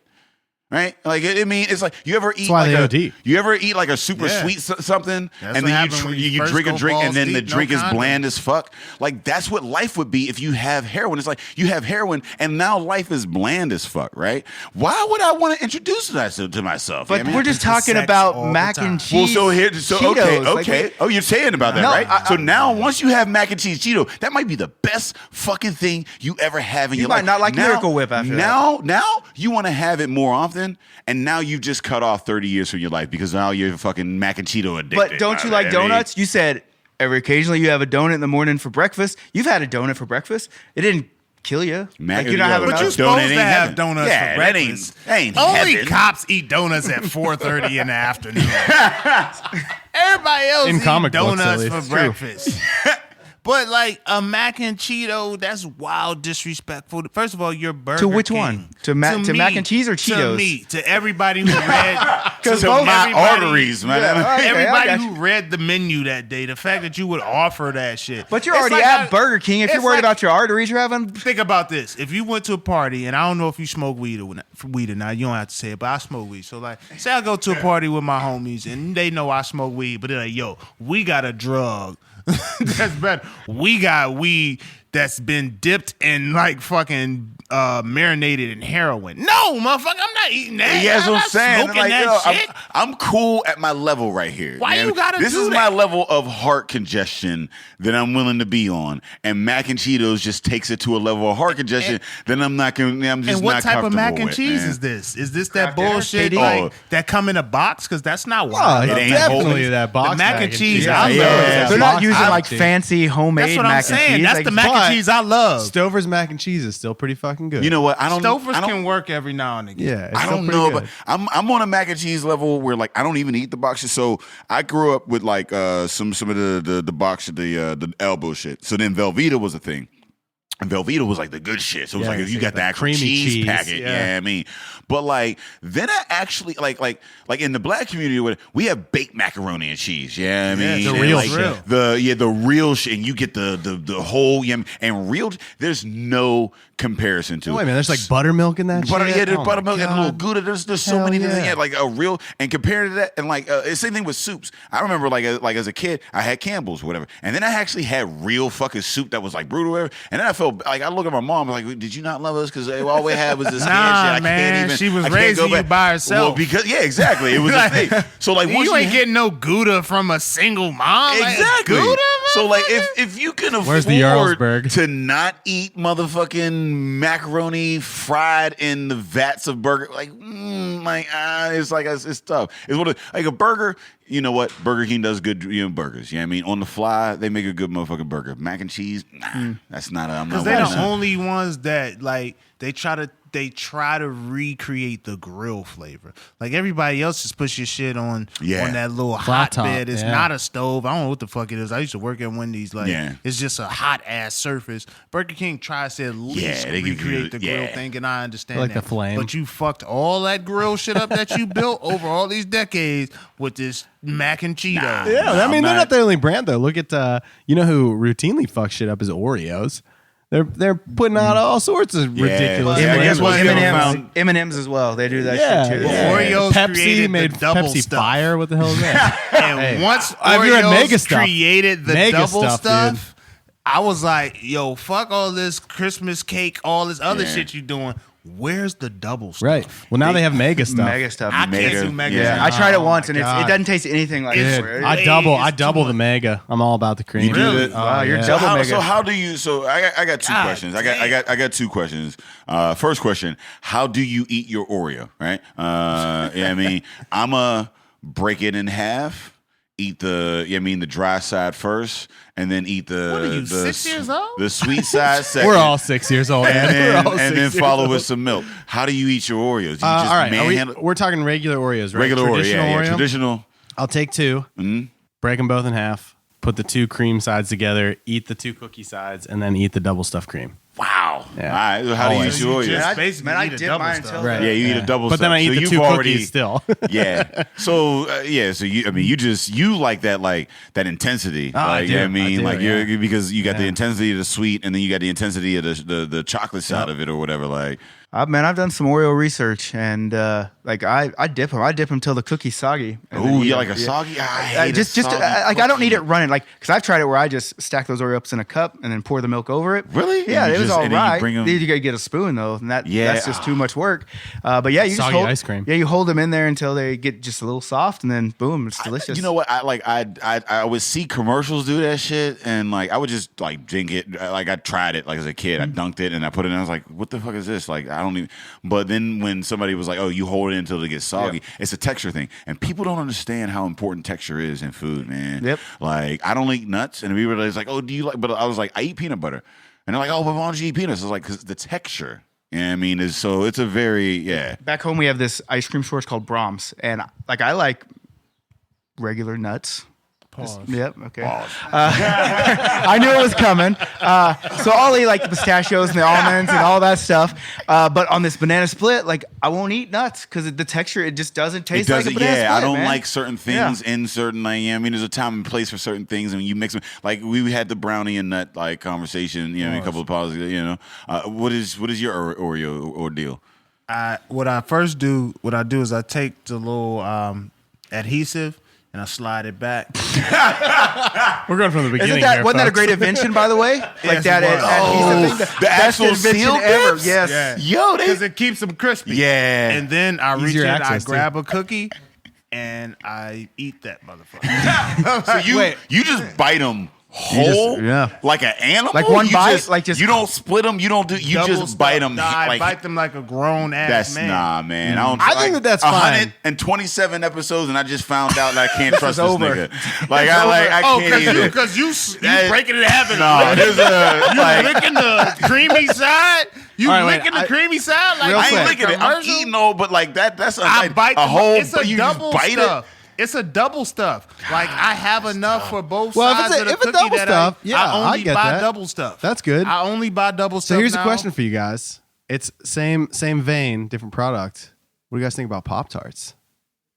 Gotta be Positive in a Pop-Tart, negative Pop. For Gotta sure. be For toasted. sure, they got to be a little heated. Gotta be Oh, it got to be toasted. toasted. I can't. for sure. Anybody Can't be tastes microwave. What about Yeah. flavor? What about the I'm style only of cherry Pop-Tart? or strawberry. Oh, you're a fruit guy. All like the right, fruits. I'm cinnamon chocolate. I like us. I like. Well, no, I've I don't had like. it, but I've Cinnamon never or tried chocolate. it. not S'more, cinnamon. s'more for me. S'mores is all right. I don't like the extra. Like I got to keep it pretty like basic because they get way too sweet. And there's a cinnamon maple brown sugar type thing or whatever it does, where it's like, you know. But like I don't trust any motherfucker that eats them cold or eats them plain. If you're doing that, like you got. Yeah, if you don't have the frosting on it, what the fuck is you eating? Yeah, they just came out with Jolly Rancher ones. You see that? They got watermelon Jolly Rancher flavored Pop-Tarts. Yeah. I go straight Like- cherry Pretty wild, or man. strawberry Like, on that. I've had them cold, but they were only in times of extreme struggle where I didn't have time. You're I was hurting and you're fucking hungry. hurting. I'm Yeah. hungry and I'm just stuffing them in, and the whole time Then I'm they're too mad. dry, way too dry, and like, Yeah, and I know I fucked up in life. When I'm eating a gotta cold be Pop-Tart, toasted. I know I fucked up in life, and I'm trying to do everything I can to not experience They this gotta again. you be made it through, toasted. man. and they Yeah, gotta I got it be through. warm. If you make it through some cold Pop-Tarts, you've right. made it. You know what I That's mean? right. You're good, man. I've had a cold Pop-Tart before. Like, listen, man. It wasn't a good time. You weren't wasn't- celebrating nothing. It wasn't. You weren't toasting the good time. Barely had a couch, man. Yeah, it definitely wasn't, yo, ooh, let me eat this cold Pop-Tart. It was like, yo, I got Pop-Tarts. Let me eat that. Like, that type of shit. But yeah, it's toasted. It's got to be firm, like a little bit crisp on the corners. It's You know soft what I in the mean? middle Soft of the in the like. middle. Yeah. And it's got to be frosted. But I don't do like the chocolatey and all that flavors too often. I do like them, but I just don't do them because that cherry and strawberry, them shits is, even the blueberry, like them shits is classics. Like that's classic. I like bro. the classic part. That's The new blue- shit that he's blueberry's doing good, is a man. bit Blueberry's too good. much. That like, whole root beer, orange soda I shit can't even commercials imagine they how that doing, would, like- they used to be doing too much. And how do you avoid that in an industry where with craft you can infuse any flavor? yeah, every palette. How do available. you avoid like being on some fuck shit? That's a You good just question. don't include How that. do you? I think that's the first question. Don't 120. include the How do you fuck avoid shit. the fuck shit? Like, Just don't do it. No, I mean, I think that. I think that I like, again, like going back to like the business plan thing for me. I never wanted to do wild stuff. I mean, I think there's a time and place for wild stuff, and I think, you know, we have a smoked coffee stout that has actual coffee in it and has a percentage of smoked malt on it, so it's like a nice like dark coffee. stout. Yeah, it's not super sounds smoky. delicious. It just is like drinking a black coffee. Basically, it has a really nice coffee flavor to it. A really subtle smokiness that if you know it's there, you'll get it, but otherwise it's not overpowering. But I don't like messing around with weird shit, man. I mean, I think, like I said, there's a time and a place. I think there's people that do it really well.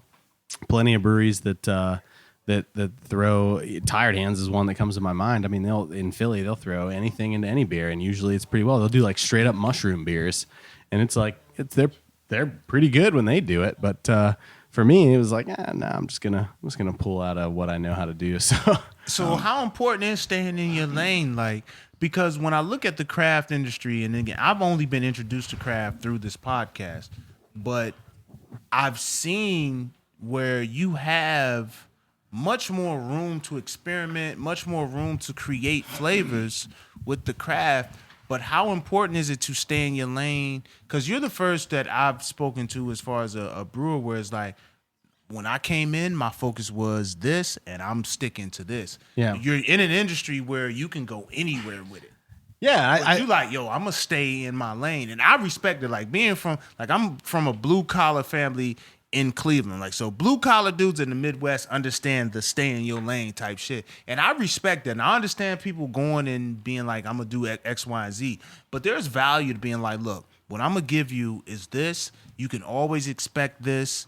There's quality in this. I ain't gonna be doing no all out the box shit. Like, how important is that to you? I mean, for me, it's pretty important. I mean, for obvious reasons, knowing that I focus on, He's trying to create hoppy beers. Authentic picture over That's here. right. Like, he's Yeah, trying to authentic. create it. There's no label. Because on there's that. there's no label in He's this doing it. motherfucker. I don't even. I don't know. I'm almost positive that is Spy Dolphin. I'm almost positive that was a random. I grabbed it off the shelf. It was a low fill. Because I'm like, unlabeled. I was like, we're gonna risk this one. I didn't get any of this. Yeah. No, you did. I think that is Pharmacon. I poured Oh, this is Pharmacon. Yeah, This is one that you poured. Yeah. All right. That's Pharmacon. Good. That's a pale ale. Pharmacon's a pale ale. I think the blank one that is in the can. That's Spy Dolphin, which is another double IPA. But yeah, I mean, I think I wanted to focus on hoppy styles throughout the genres of ABVs, like pale IPA, double IPA, hoppy farmhouse, hoppy blonde. So I knew that like my main ingredient was going to be hops, and I didn't want to. I don't want to say fuck up because there's plenty of beers that are brewed with adjuncts and other things outside of hops that are really good. So it's not fuck up. It's just that's what I wanted my main ingredient to be, and that's what I wanted to focus on. There's definitely a time and a place to be able to do awesome beers that utilize super weird ingredients.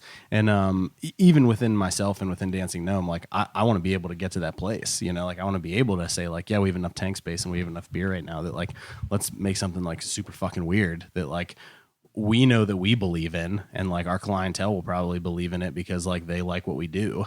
So there's plenty of breweries that are doing that stuff and doing well. I think for me it was kind of finding mastery in a certain style, in a sub style that I wanted to be a part of and that I wanted to do really well, and then kind of growing from there. Well, give the people what they want, and then they'll take anything from you. So for sure. Talking to a lot of brewers, like the conversation is going the bubble. I mean, and we were talking to Zach with Brixton and whatnot, and he was saying the future is kind of like this, like in the German style where like every town kind of has their brewery. And like with us doing this podcast, we see brewers like doing the big, like we're shipping across the nation, we're shipping across state, we're trying to get out. And then you get some brewers that are just like, look, like I can't even get a growler out of this, like because we're going to be hyper local or whatever. Like, where do you see Dancing Gnome's future? Like, are you guys looking to expand and like push it like sky's the limit, or are you kind of like bracing and trying to build a local scene and just kind of stay wherever? Like, what are your Yeah, I think we're somewhere a little bit in the middle, but far closer to the local side. I mean, I'm definitely open to growth, and I want to grow, and I want to build a regional. I want to build a regional brand, but by regional to me, I mean like Pittsburgh and Western PA. I don't mean regional as in like Maryland, Virginia, West Virginia, Ohio, Pittsburgh. Yeah. So I want to stay like state focused, Western PA focused, but I'm as far as growth, like I'm trying to take it easy, and I'm trying to be thoughtful and efficient and know what makes sense for us. Right now We just got a couple new tanks in that are double the size of the ones we have, so we'll be able to double in capacity by the fall within our first year, which is great. But I'm gonna take it easy from there and see where we're at, and see where we're at from cans, and see where we're at in draft, and see how we get back to accounts and pull back from accounts, and kind of grow organically outside of that. So that's my idea. I know that I don't want to be multi-state. I know that I always want to remain self-distributed within and around Pittsburgh. But as far as how much beer we produce, that's going to kind of be to what the people want and how we're able to grow as a brewery and brew new beers that people want. So, I just, as a brewer, and you know what I mean, like you're new in this, about a year or so Sure. going in. What is one mistake that you've learned from that you would pass on, like, a lesson that you've learned getting into this, anybody that you're trying to get into the game or whatever, like the one thing that kind of sticks out, like, yeesh, like I wish I would have, known that, or like, that kind of was, that you would give to, say a brewer or, somebody just kind of, even like, because we do, entrepreneurship, but specifically like brewing, like that you were like, oh, fuck, like. Yeah. I think there's a couple things I could say. One, have more money than you think you need to have. Raise more money. It's just like you're always going to run out, and there's always time, and everything takes time. And when you're dealing with something that's federally regulated, it takes even more time. Yeah, we were talking to Bloom Brew about like just the naming of beers and how many they got kicked back, and like that was a whole process. So yeah, and it's crazy. And like state. Some things get kicked to the state level, so you only need to deal with state. And sometimes the state's like, well, even though you're only dealing with the state, we're going to kick it back to the federal level. So then you got to deal with the federal. So it's tough on that. In opening a brewery, always plan for more than what you think you're going to have to plan for. And the other things are, if you're in a relationship, they gotta be 100% on board. Like, I mean, seriously. I mean, 1,000,000%. Like, if you are married with kids, I don't know, because everybody's relationship is different and everybody's scenario is different. But if you were married with kids, I would say don't even fucking try it. Like, some people have done it. Some people have done it, and some people have done it well. Like I know Matt Gallons from Hop Farm is married and has kids, and they're not, obviously, because they're young. They're not involved, and he's doing really well. But I think that, like, man, for me, like, I had a supportive girlfriend that is still supportive now, but she's not like involved in the brewery, and it still is tough. Like, I'm at the brewery all the time, and that's really hard. Yeah, we, us as comics, like we have our relationships, and like that's a trial and tribulation. Because when you're an artist and a passion, like you go to places that aren't the norm, right? So like it's tough to have faith in that, and like there are different hurdles that come into relationships with that. And I know, like up at Shoe Brew, the shoemakers or whatever, the same thing is like he was like, she was all in. And that's the thing, is like, that's what for me it was like. I had to find somebody that was all in. You can't be halfway in. You can't just be passively like, oh, that's cool what you're doing, because when it gets down to the shit, and when the shit is hitting the fan, you got to be all in as well, because they're just gonna cut. Right. And that'll destroy some shit. Yeah, it is. So it is tough, but from our perspective, as the pursuance of a certain industry or whatever, we got to create that value, and we have to be able to convey that value to our partners. Absolutely. Because if for me, I have my woman, we have 2 kids together, so obviously right now I'm doing certain things in my day job where I could take care of the health insurance, etc. But once we segue into, all right, this is all I'm doing. For you to be on board, especially as a man conveying this to a woman, the way I present myself, and just coming again, I'm from Cleveland, middle class, blue collar. Like, what I'm gonna give you is security. So if I'm changing that whole plan, then I gotta let you feel like the end game is more security, as opposed to, oh, we gonna go to this insecure time and then we just gonna get back to where we were. Nah, I'm taking this gamble to further us. You know what I mean? Like, as a man, I personally feel like That's the best thing you can offer to a woman is security. For sure. Right? Yeah. The best thing you can offer is like, all right, look, I'm going to go out. I'm going to get this money. I'm going to get this, that, and the third. Like, I'm not trying to dominate the relationship. We passed that. It's 2017. Like, you know, we done talked to our grandfathers where they done had 6, 7 families because they were the breadwinner. You know what I mean? Yeah, we yeah. passed all that. Like, they making their own money now. Like, Yeah, they, well, they CEOs and shit now. you need a Big time. 2-income like family. Like it's not like you're dependent on me to just win it all. Like you know, the partner has to be like, that's my no man. That's the person that's gonna be like, when I'm doing some fuck shit, they're gonna be like, yo, you're doing some fuck shit. You know what I mean? Yeah. But I need to be able to trust that if you say I'm doing some fuck shit, you're saying I'm doing some fuck shit because you are very invested in what I'm doing, and you believe that the long term, not because you're just afraid because we hit a rough patch. Yeah, I mean, not just because like, you know, and that's what I think that it was. Is that like And it's like because you're gonna like, you know, can you stand the rain? Yeah, I mean, like storms are gonna come. Yeah. I mean, like, and that's a new edition. yeah, I mean, like but storms will come. Yeah, I mean, and it's like, look, like I need somebody that's gonna be there to be like, This look, we that, know for sure. yeah, I mean, like you Don't can you even stay, and like not just be there because like everything is good, or you know, not just because like you want to resurrect the motherfucker. You need to believe in what we're doing, and this is a us thing. And then when you find that person, it becomes a us thing. Yeah, I mean, that's what it's you were not saying about staying in the ring. That's exactly right.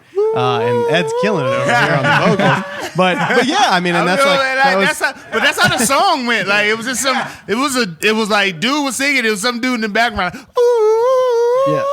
Like it was just pouring his heart out. This other dude was like, "No, I moved on from that. Like we doing a verse now." He's like, "Nah, man, I gotta let you know. Like this was rough." Killing it though. I mean, dude, I think you should keep going. I mean, Nah, man, just keep doing it. But ever since yeah, the Dream put out that falsetto song, like every dude think he can sing high. Yo, that's when I found one out can. that No as one long as you say it in falsetto, it's all cool. Because Dream and Weeknd say the most foul, raunchy shit on the planet, but women be loving Gets that away shit with it. because it's in falsetto. Yeah, it's so you be beautiful. like, You know, They're I like, got out damn, of that speaking of voice. Weekend, like I listen to music and I was just jamming and Weekend comes on and the shit that his lyrics are all about, I'm like, how do the women like this? He's a rapper who sings. Yeah, That's all he is. Can I stretch that pussy out or nah? It's he- like, when does that fucking work? all he wants to When you do can is sing? drug you up and fuck you. In falsetto. But you're like, Yeah. oh my God, he's so romantic. Oh, I've Wait, won when was- several arguments by singing. Is it the hair, you think?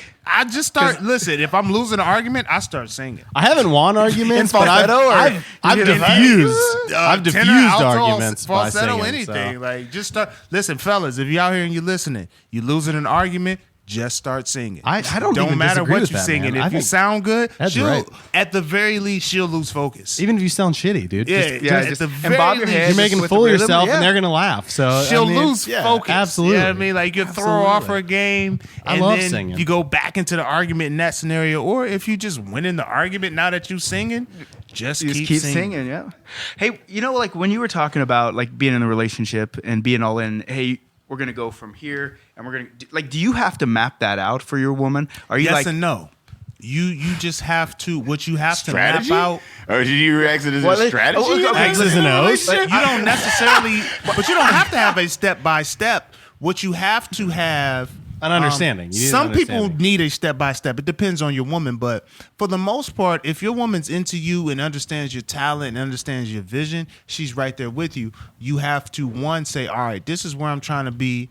I'm trying to do X, Y, and Z. I don't know how I'm gonna do X, Y, and Z right now. We're gonna be figuring this out on the way, but I'm working on damn hard to get there. Yeah, For sure. You're putting in I'm the gonna time. work hard to get and there. you have to find somebody that appreciates the time, because the time that we go into these ventures or whatever, especially in entrepreneurship, it doesn't look like work. You know what I mean? Yeah. Or it doesn't even seem like Sometimes we're it doesn't doing. Because we feel out like at it, but bars. Yeah, you're talking because we're 16-hour doing what we days, love, and it Yeah. seems like we're just having a great. As a brewer, it just seems like we're always And having a there's great beer time. all the time. You're drinking all the time. But it's yeah, still work. but like it's work, and like you're in front of people that that are future clients, future business connects, or whatever. So you can't just let go as if you were just with your boys at the crib. It's like, yeah, I'm drinking, but I'm drinking with people that I want to work with. Yeah. This is a work affair. Like I can't get as fucked up at the Christmas work party as I can at my boy's place. Yeah, I mean when he Yeah, on brings the out weekend, the yep. yeah, I mean so like and that kind of like you got to let go of the social life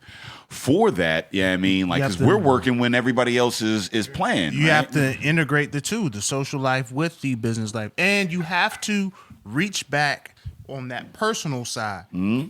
and make just the small gestures of, listen, I know I'm out here doing this, but hey, at least I wash your socks. Like, Yeah. something small. Well, like, I'm out You're right better now. than man than me, Ed. I do mad domestic work, but that's just like, again, like, Yeah, it's got to be a give Because back in I'm some out. way because Yeah. it is a Yeah. pressure to even Right. be in a And relationship it like does. this. It goes both ways in the sense that, like, when I really wanted to do this, and I was like for sure that I was going to make this effort to go open a brewery. Like, I had a conversation with my girl, and I was like, Marcy, like, this is what's going to happen, and this is what I really want to do. And she was super supportive, despite I think not being all that supportive. Like, she was supportive but frightened.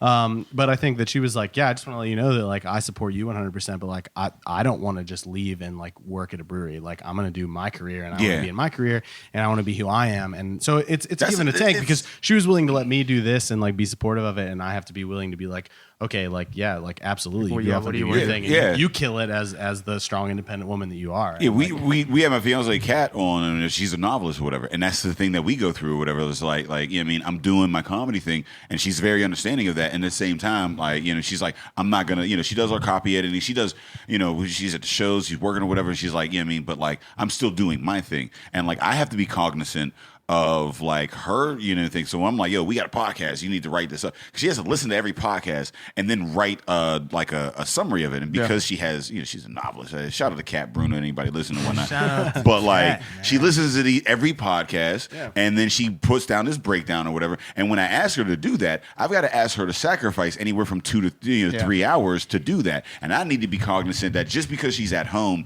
writing this book doesn't mean that she has any free time. Sure, yeah. She's writing giving fucking, something up to give that to that. Yeah. Yeah, I mean, so you have to, and I feel like you said, Ed, like when you ask for that, like, look, I need this, you know, in order to do my thing, you also have to have that give back, because if it's just a take, then anybody's going to bail out on that. For sure, you know what I mean? sure. Well, I'm traveling around doing all these tournaments, right? And I'm in a different, like, I was in Seattle last weekend, and I was in Toronto on our first, I have a 12-week-old kid, and so I was on Toronto for Mother's Day. I was in Seattle for Father's Day. And so the struggle right now, like, you get a text, she's like, hey, you're not home, and I'm tired of dealing with the crying and the puking and all that stuff. And I'm just like, I'm out here grinding for you and the baby. Like, that's what I'm doing. But when she looks at it on the surface, like, oh, you're playing hockey and you're hosting these parties and getting drunk, right? Yeah. You know, and like, you know, like you host a podcast, like you go out and do live shows, like you don't always want to be out there at those live shows. Like you deal with those people, and you do, like, you enjoy the people, and you're building something, but it's not like, hey, wow, you're awesome, right? What I say is that, like,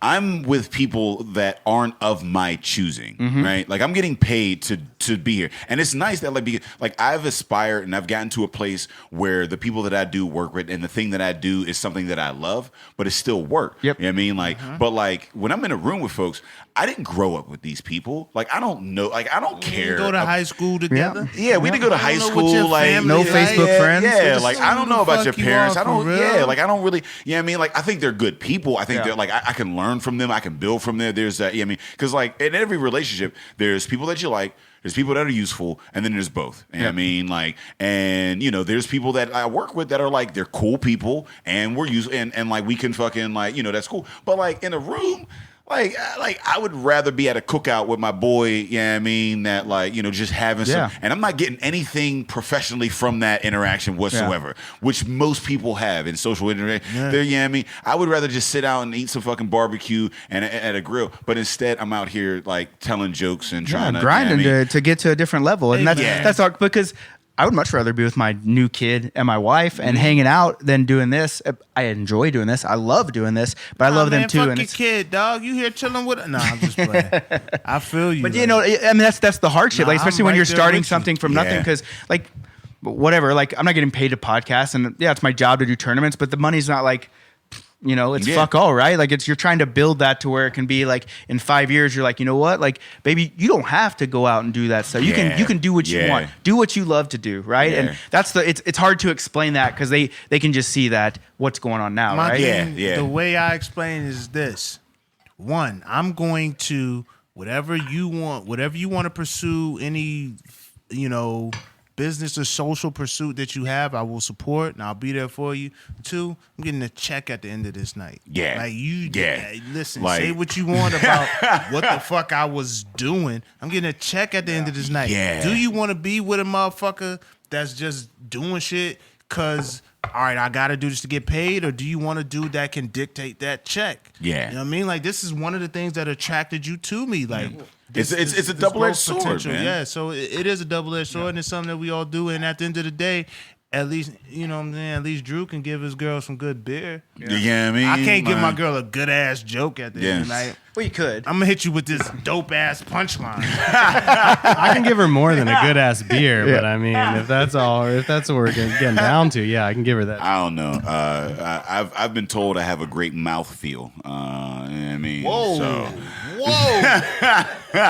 If we talking about brews, What yeah. the fuck, man? I'm Like, just saying, come on. as a I know brewery, we're too. past it. I don't I wanna thought we were hear past this. I think the brewer in the room. Yeah, I mean that was a good. That was a good. So we one. got to get back into the beer So, because Dave yeah. just went wild. We're gonna. So this is the last one we're bringing in. I mean, and let us because this is a dark one. It's dark, yeah. So Yeah. what is it? Is it a stout? Is it a porter? Is it a Belgian? Like, A little bit outside of our realm. We always try to have one dark beer on. This specifically was brewed for summer. This is a porter that we, I kind of categorize as a summer porter. Honestly. It's a summer porter because Yeah. typically Scooby-Doo, stouts and Scooby porters snacks. are not Right. the, So, yeah, the I summer move. I Right? specifically put it on the board as a summer porter. This is 4% alcohol, so super low, but super dark. Got a lot of roast character to it. A lot of like nuttiness to it. A little bit of maple character to it. But still, it's not too dry. It's not too sweet. So if for those dark beer lovers that aren't really gonna roam into the IPA world, they can still crush this If you after love a cutting the dark grass. beer, you'll So, love this. This is good. I'm not even Tastes dark. Yeah, I'm not even a dark beer fan usually, and this is like, hey, we're after cheered me dinner, on this. we just had some dinner, and now we're gonna be classy as shit. And He just drink cheered this me on this beer. That's how good it was. I gave This it. is an beer appreciate league it. talk cheerable. I'm glad. Yeah. I'm glad you like it. You can yeah. put that up on the website or whatever. Beer Like league talk cheerable. it has that because it's light like the lightness of Guinness or whatever, Sure. but it has more flavor Exactly. than I mean, and that's the thing because there's like two different types of Guinness. There's one that I mean, and then there's like the real shit. I mean, it's like a meal, and most porters and stouts are like a meal. I mean, they're heavy and like you just don't want that while you're drinking it. But this gives you that lightness of it, but like the flavor too. Because like when I drink a Guinness, I'm like, if I'm going to drink a porter or a stout, I want that. Like you get the Founders like breakfast, KBS, and, yeah. I mean, like and all the like and you drink it because it's and you're gonna, you know what I mean. Yeah. But with this, you get the flavor, and it's like I guess when you say aroma for like. Because I guess a new thing that I learned was the like the mouthfeel Sure. of a beer with like the sugars left over and like everything Right. after that. And with the like this is it doesn't have that strong like gonna sit on your stomach. Right. For the rest of the night type thing. Yeah. You know what I mean? You can get that flavor and mow the lawn. Yeah, And most mow the exactly lawn right. beers are shandies Pails, and yeah. the sessions and Yeah. whatnot. Like this is a mow the lawn dark. Yep. Yeah, and that was the whole idea behind it. Was we have a handful of regular customers that will come in and just we always have one stout on always, but we always only have one stout on. So it'll rotate, but we only have one dark beer. And summer came around, and I knew I wanted to do the summer porter, and so that's what we did. And that was the idea. The coffee and the like the caramel, like kind of like the toasty, it all like rolls over your tongue as you're drinking it. You know what I mean? Like it, like, and they all have their time to shine, and then they get out the fuck. They fuck off when it's time to go. You know what I mean? Like They don't linger too long. Yeah, like they're like sometimes you get some shit like and they just pow, it's right in your face, and you gotta and it takes a few to kind of like this one. It just rolls over, and everybody kind of has a little bit of hey, and then they're out. Like that's Absolutely. That's very I'm very impressed by it. I'm Glad you like it, man. again. We if anybody listening to it, we book people that we actually genuinely like appreciate. And like I said, Buzzy's been bringing y'all guys in for quite some time. A Driftwood Oven. Yeah, absolutely, man. And shout out to Driftwood. sure. You guys have been working together and whatnot. Definitely. I remember we were down at the City Paper Best of, and got to meeting and talking, and since then I've just been seeing you guys grow. Buzzy's been introducing us to so many of your brews, and I've been just excited for this. Awesome. So thank you for coming in. Yeah, thank you guys for having me. I'm happy to be here, man. I just want to tell you, I just made all of my friends jealous back at the hotel. They had like a little barbecue, and when I left, I saw them have like Coors Light, Yingling, and I just sent them a picture of this, and they're like, "Wait, what the fuck are you drinking? Why did you leave?" And I'm like, "Well, this Coors Light is not as good as this." Yeah, you gotta put your friends on, because if your friends are still buying Coors Light for the parties, like. It's just, I'm telling you, it's a hockey crew. We burn our taste buds up with Yingling Honestly, and Coors Light, 'cause it's $2. $2 a drink. If I'm playing a sport, I'm probably going to want to play it with like the lightest brew possible. Yeah, like I can't go drink coffee beer and then go skate. No, you're not. Like You know? I had a softball can't really league. drink no fucking beer and go skate. No, you can. no You can play. beer, Miller you Lite. skate sober? Miller Lite. no beer that's applicable to going out and having a dude run into you full speed on ice skates. Well, this is fall on some fucking ice. Well, like, nah, if you guys ever seen there's that- no life that I could live that I'm conducive with that, beer or otherwise. I'm not conducive to just being checked on some boards. Well, have you know ever what I seen mean? that like real life beer fest shit where like they have these? This is legitimate. I mean, I have a guy that works for me came from Avery Brewing Company in Colorado, and he had a friend from out there that was on this team. And this is like legitimate. You can look it up and like watch videos and shit. So they have these like ice tables, okay, and what they have to do is there's like I think there's 4 guys on a team, maybe 6, and you slide a liter of beer like hard across these ice tables, and they have to like catch it and like do something fancy and then chug the beer. And you just do this. You do this over and over, and you basically get points like you would as a gymnast for like doing shit. And you just get fucking pounded. So they got and like moves? these guys are Is like, it like yeah, oh yeah, like I the- mean, the like, ice oh, hockey I mean, of- like someone will like throw a liter behind their back across this like ice table, and then the other person will like do a backflip and catch it and chug it, and like and like they'll just do this over and over and over again in different ways, like catch it between their legs, like someone else will catch it as You like got, someone's like, laying back Bruce Lee dude, it is level. wild to watch these videos, and like there's like a world championship of this, and all you're ultimately doing is just drinking beers. It's like crazy. it's like ninja beer pong. You Oh, what I mean? 'Cause, absolutely. beer- Oh, like, absolutely. you talk Wipe out. Yeah, yeah. Ninja wipe out when motherfuckers you nigga do mad flips, and then all of a sudden the fucking thing just comes and smacks him, and he you. falls in Yep. the water and Yep. he loses because of that. It's crazy that we went from being like 16 and trying to find a way to just drink beer so we could have it to being like 34 and you're doing like tricks. Like Yeah, beer I know, drinking I know. tricks. Crazy yeah. how life is going Yeah. in general. Like someone created a platform where they make a lot of money doing that. Like somebody whoever Yeah, someone sponsors sponsors that, that puts shit. that on, they make a lot of money with that. Like anything is possible. Right. Nick, tell us where they can find you. Any social media network, Beer League Talk, beerleaguetalk.com. Really trying to get into that YouTube scene with the subscribers and all that stuff, doing more video content. But yeah, Facebook, Twitter, Instagram, Snapchat, everything. Beer League Talk. Damn, man, we appreciate you coming out, man. Oh, This has been all the way down from Calgary. Yeah, I mean, I don't yeah. even know. Listen, Imported. We got some. I We don't got. know We what got. Calgary It's above Montana. International. Above International Montana, brand. man. We internationally known, locally respected out to here. any Yeah, I mean, American, they don't know where the fuck Montana is. I'm Like, he American. said it's above Montana. I'm American. Dude, Don't nobody know where those are- Montana that's a is. jeans It's a brand. beautiful state. Montana I'd is rather a it gets jeans Calgary. brand. That was a quarterback. Like, you don't give a fuck about Here, I'll make it easy. You go to California, you go up north about 10 hours, and then you're in Vancouver, and then you're 11 hours back east. Boom, Calgary, right there. It's Nice. All right, so 21 hours from maybe more. California. at least, at least. So where can they find Dancing Gnome? Dancing Gnome is dancinggnomebeer.com, on Twitter at DG_beer, Facebook at Dancing Gnome Beer, and Instagram at Dancing Gnome. So we're all over the place on the social medias, but best place to find us is we update Instagram the most, but you can always sign up for our weekly newsletter, which you send out every Tuesday. That lets you know when can releases are coming out, when events are happening, and like what food trucks we have and what's going on in the tap room every week. So make sure to subscribe to that, and thanks for listening. With a plan, right? Yeah. Don't you have a brick and mortar though? We do, yeah. Yeah. What's Oh, that? yeah. Oh, yeah. Oh, the Brick and virtual is mortar. good, but like I mean, if I want to punch it into Google Maps, Yeah. like, If you wanna come on out to Dancing Gnome, we're 925 Main Street in Sharpsburg, right there on Main Street, just north of the city on Route 28. Super easy to get to, no matter where you're at. So definitely come on down and have a good time. Hey, we appreciate you coming out here. Like we've Thanks been very much fans for of having it. This has been an amazing, journey and whatnot. So This podcast apparently has been a journey. The mountains that we've climbed.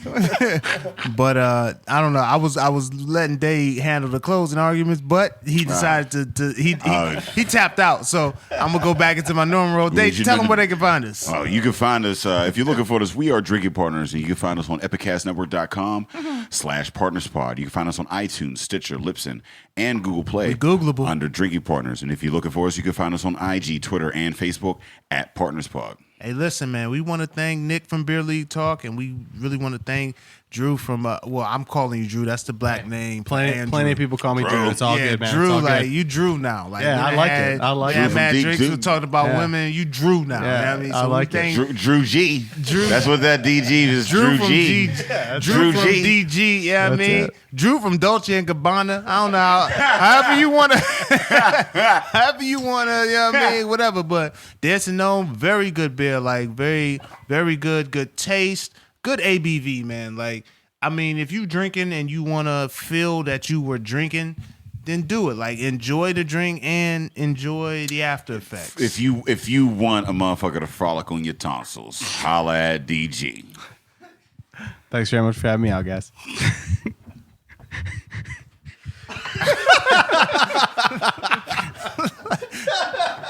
Like, I don't know if you expected me to follow that. Like, damn. Have someone frolic on your tonsils, I guess. I mean, if that's your life, like, we don't judge here. But at the end of the day, this is really good beer, good people. So, head out to Sharpsburg. If you're out in Sharpsburg, you ain't got shit else to do. Go to Dancing Dove. And as always, Drinking Partners is the crew. Epicast is the family. And we out of here. At least 2 weeks. I don't think I've used that word for like 3 years. Yeah, like you gotta frolic is dead to us. Like, we can't between us. There's no frolicking. That is frolic on your tonsils. Like what? Very good. And we all ask Buzzy will take that for you.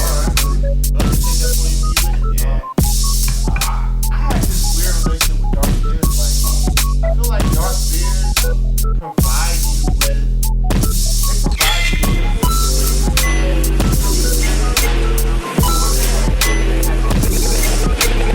Epicast.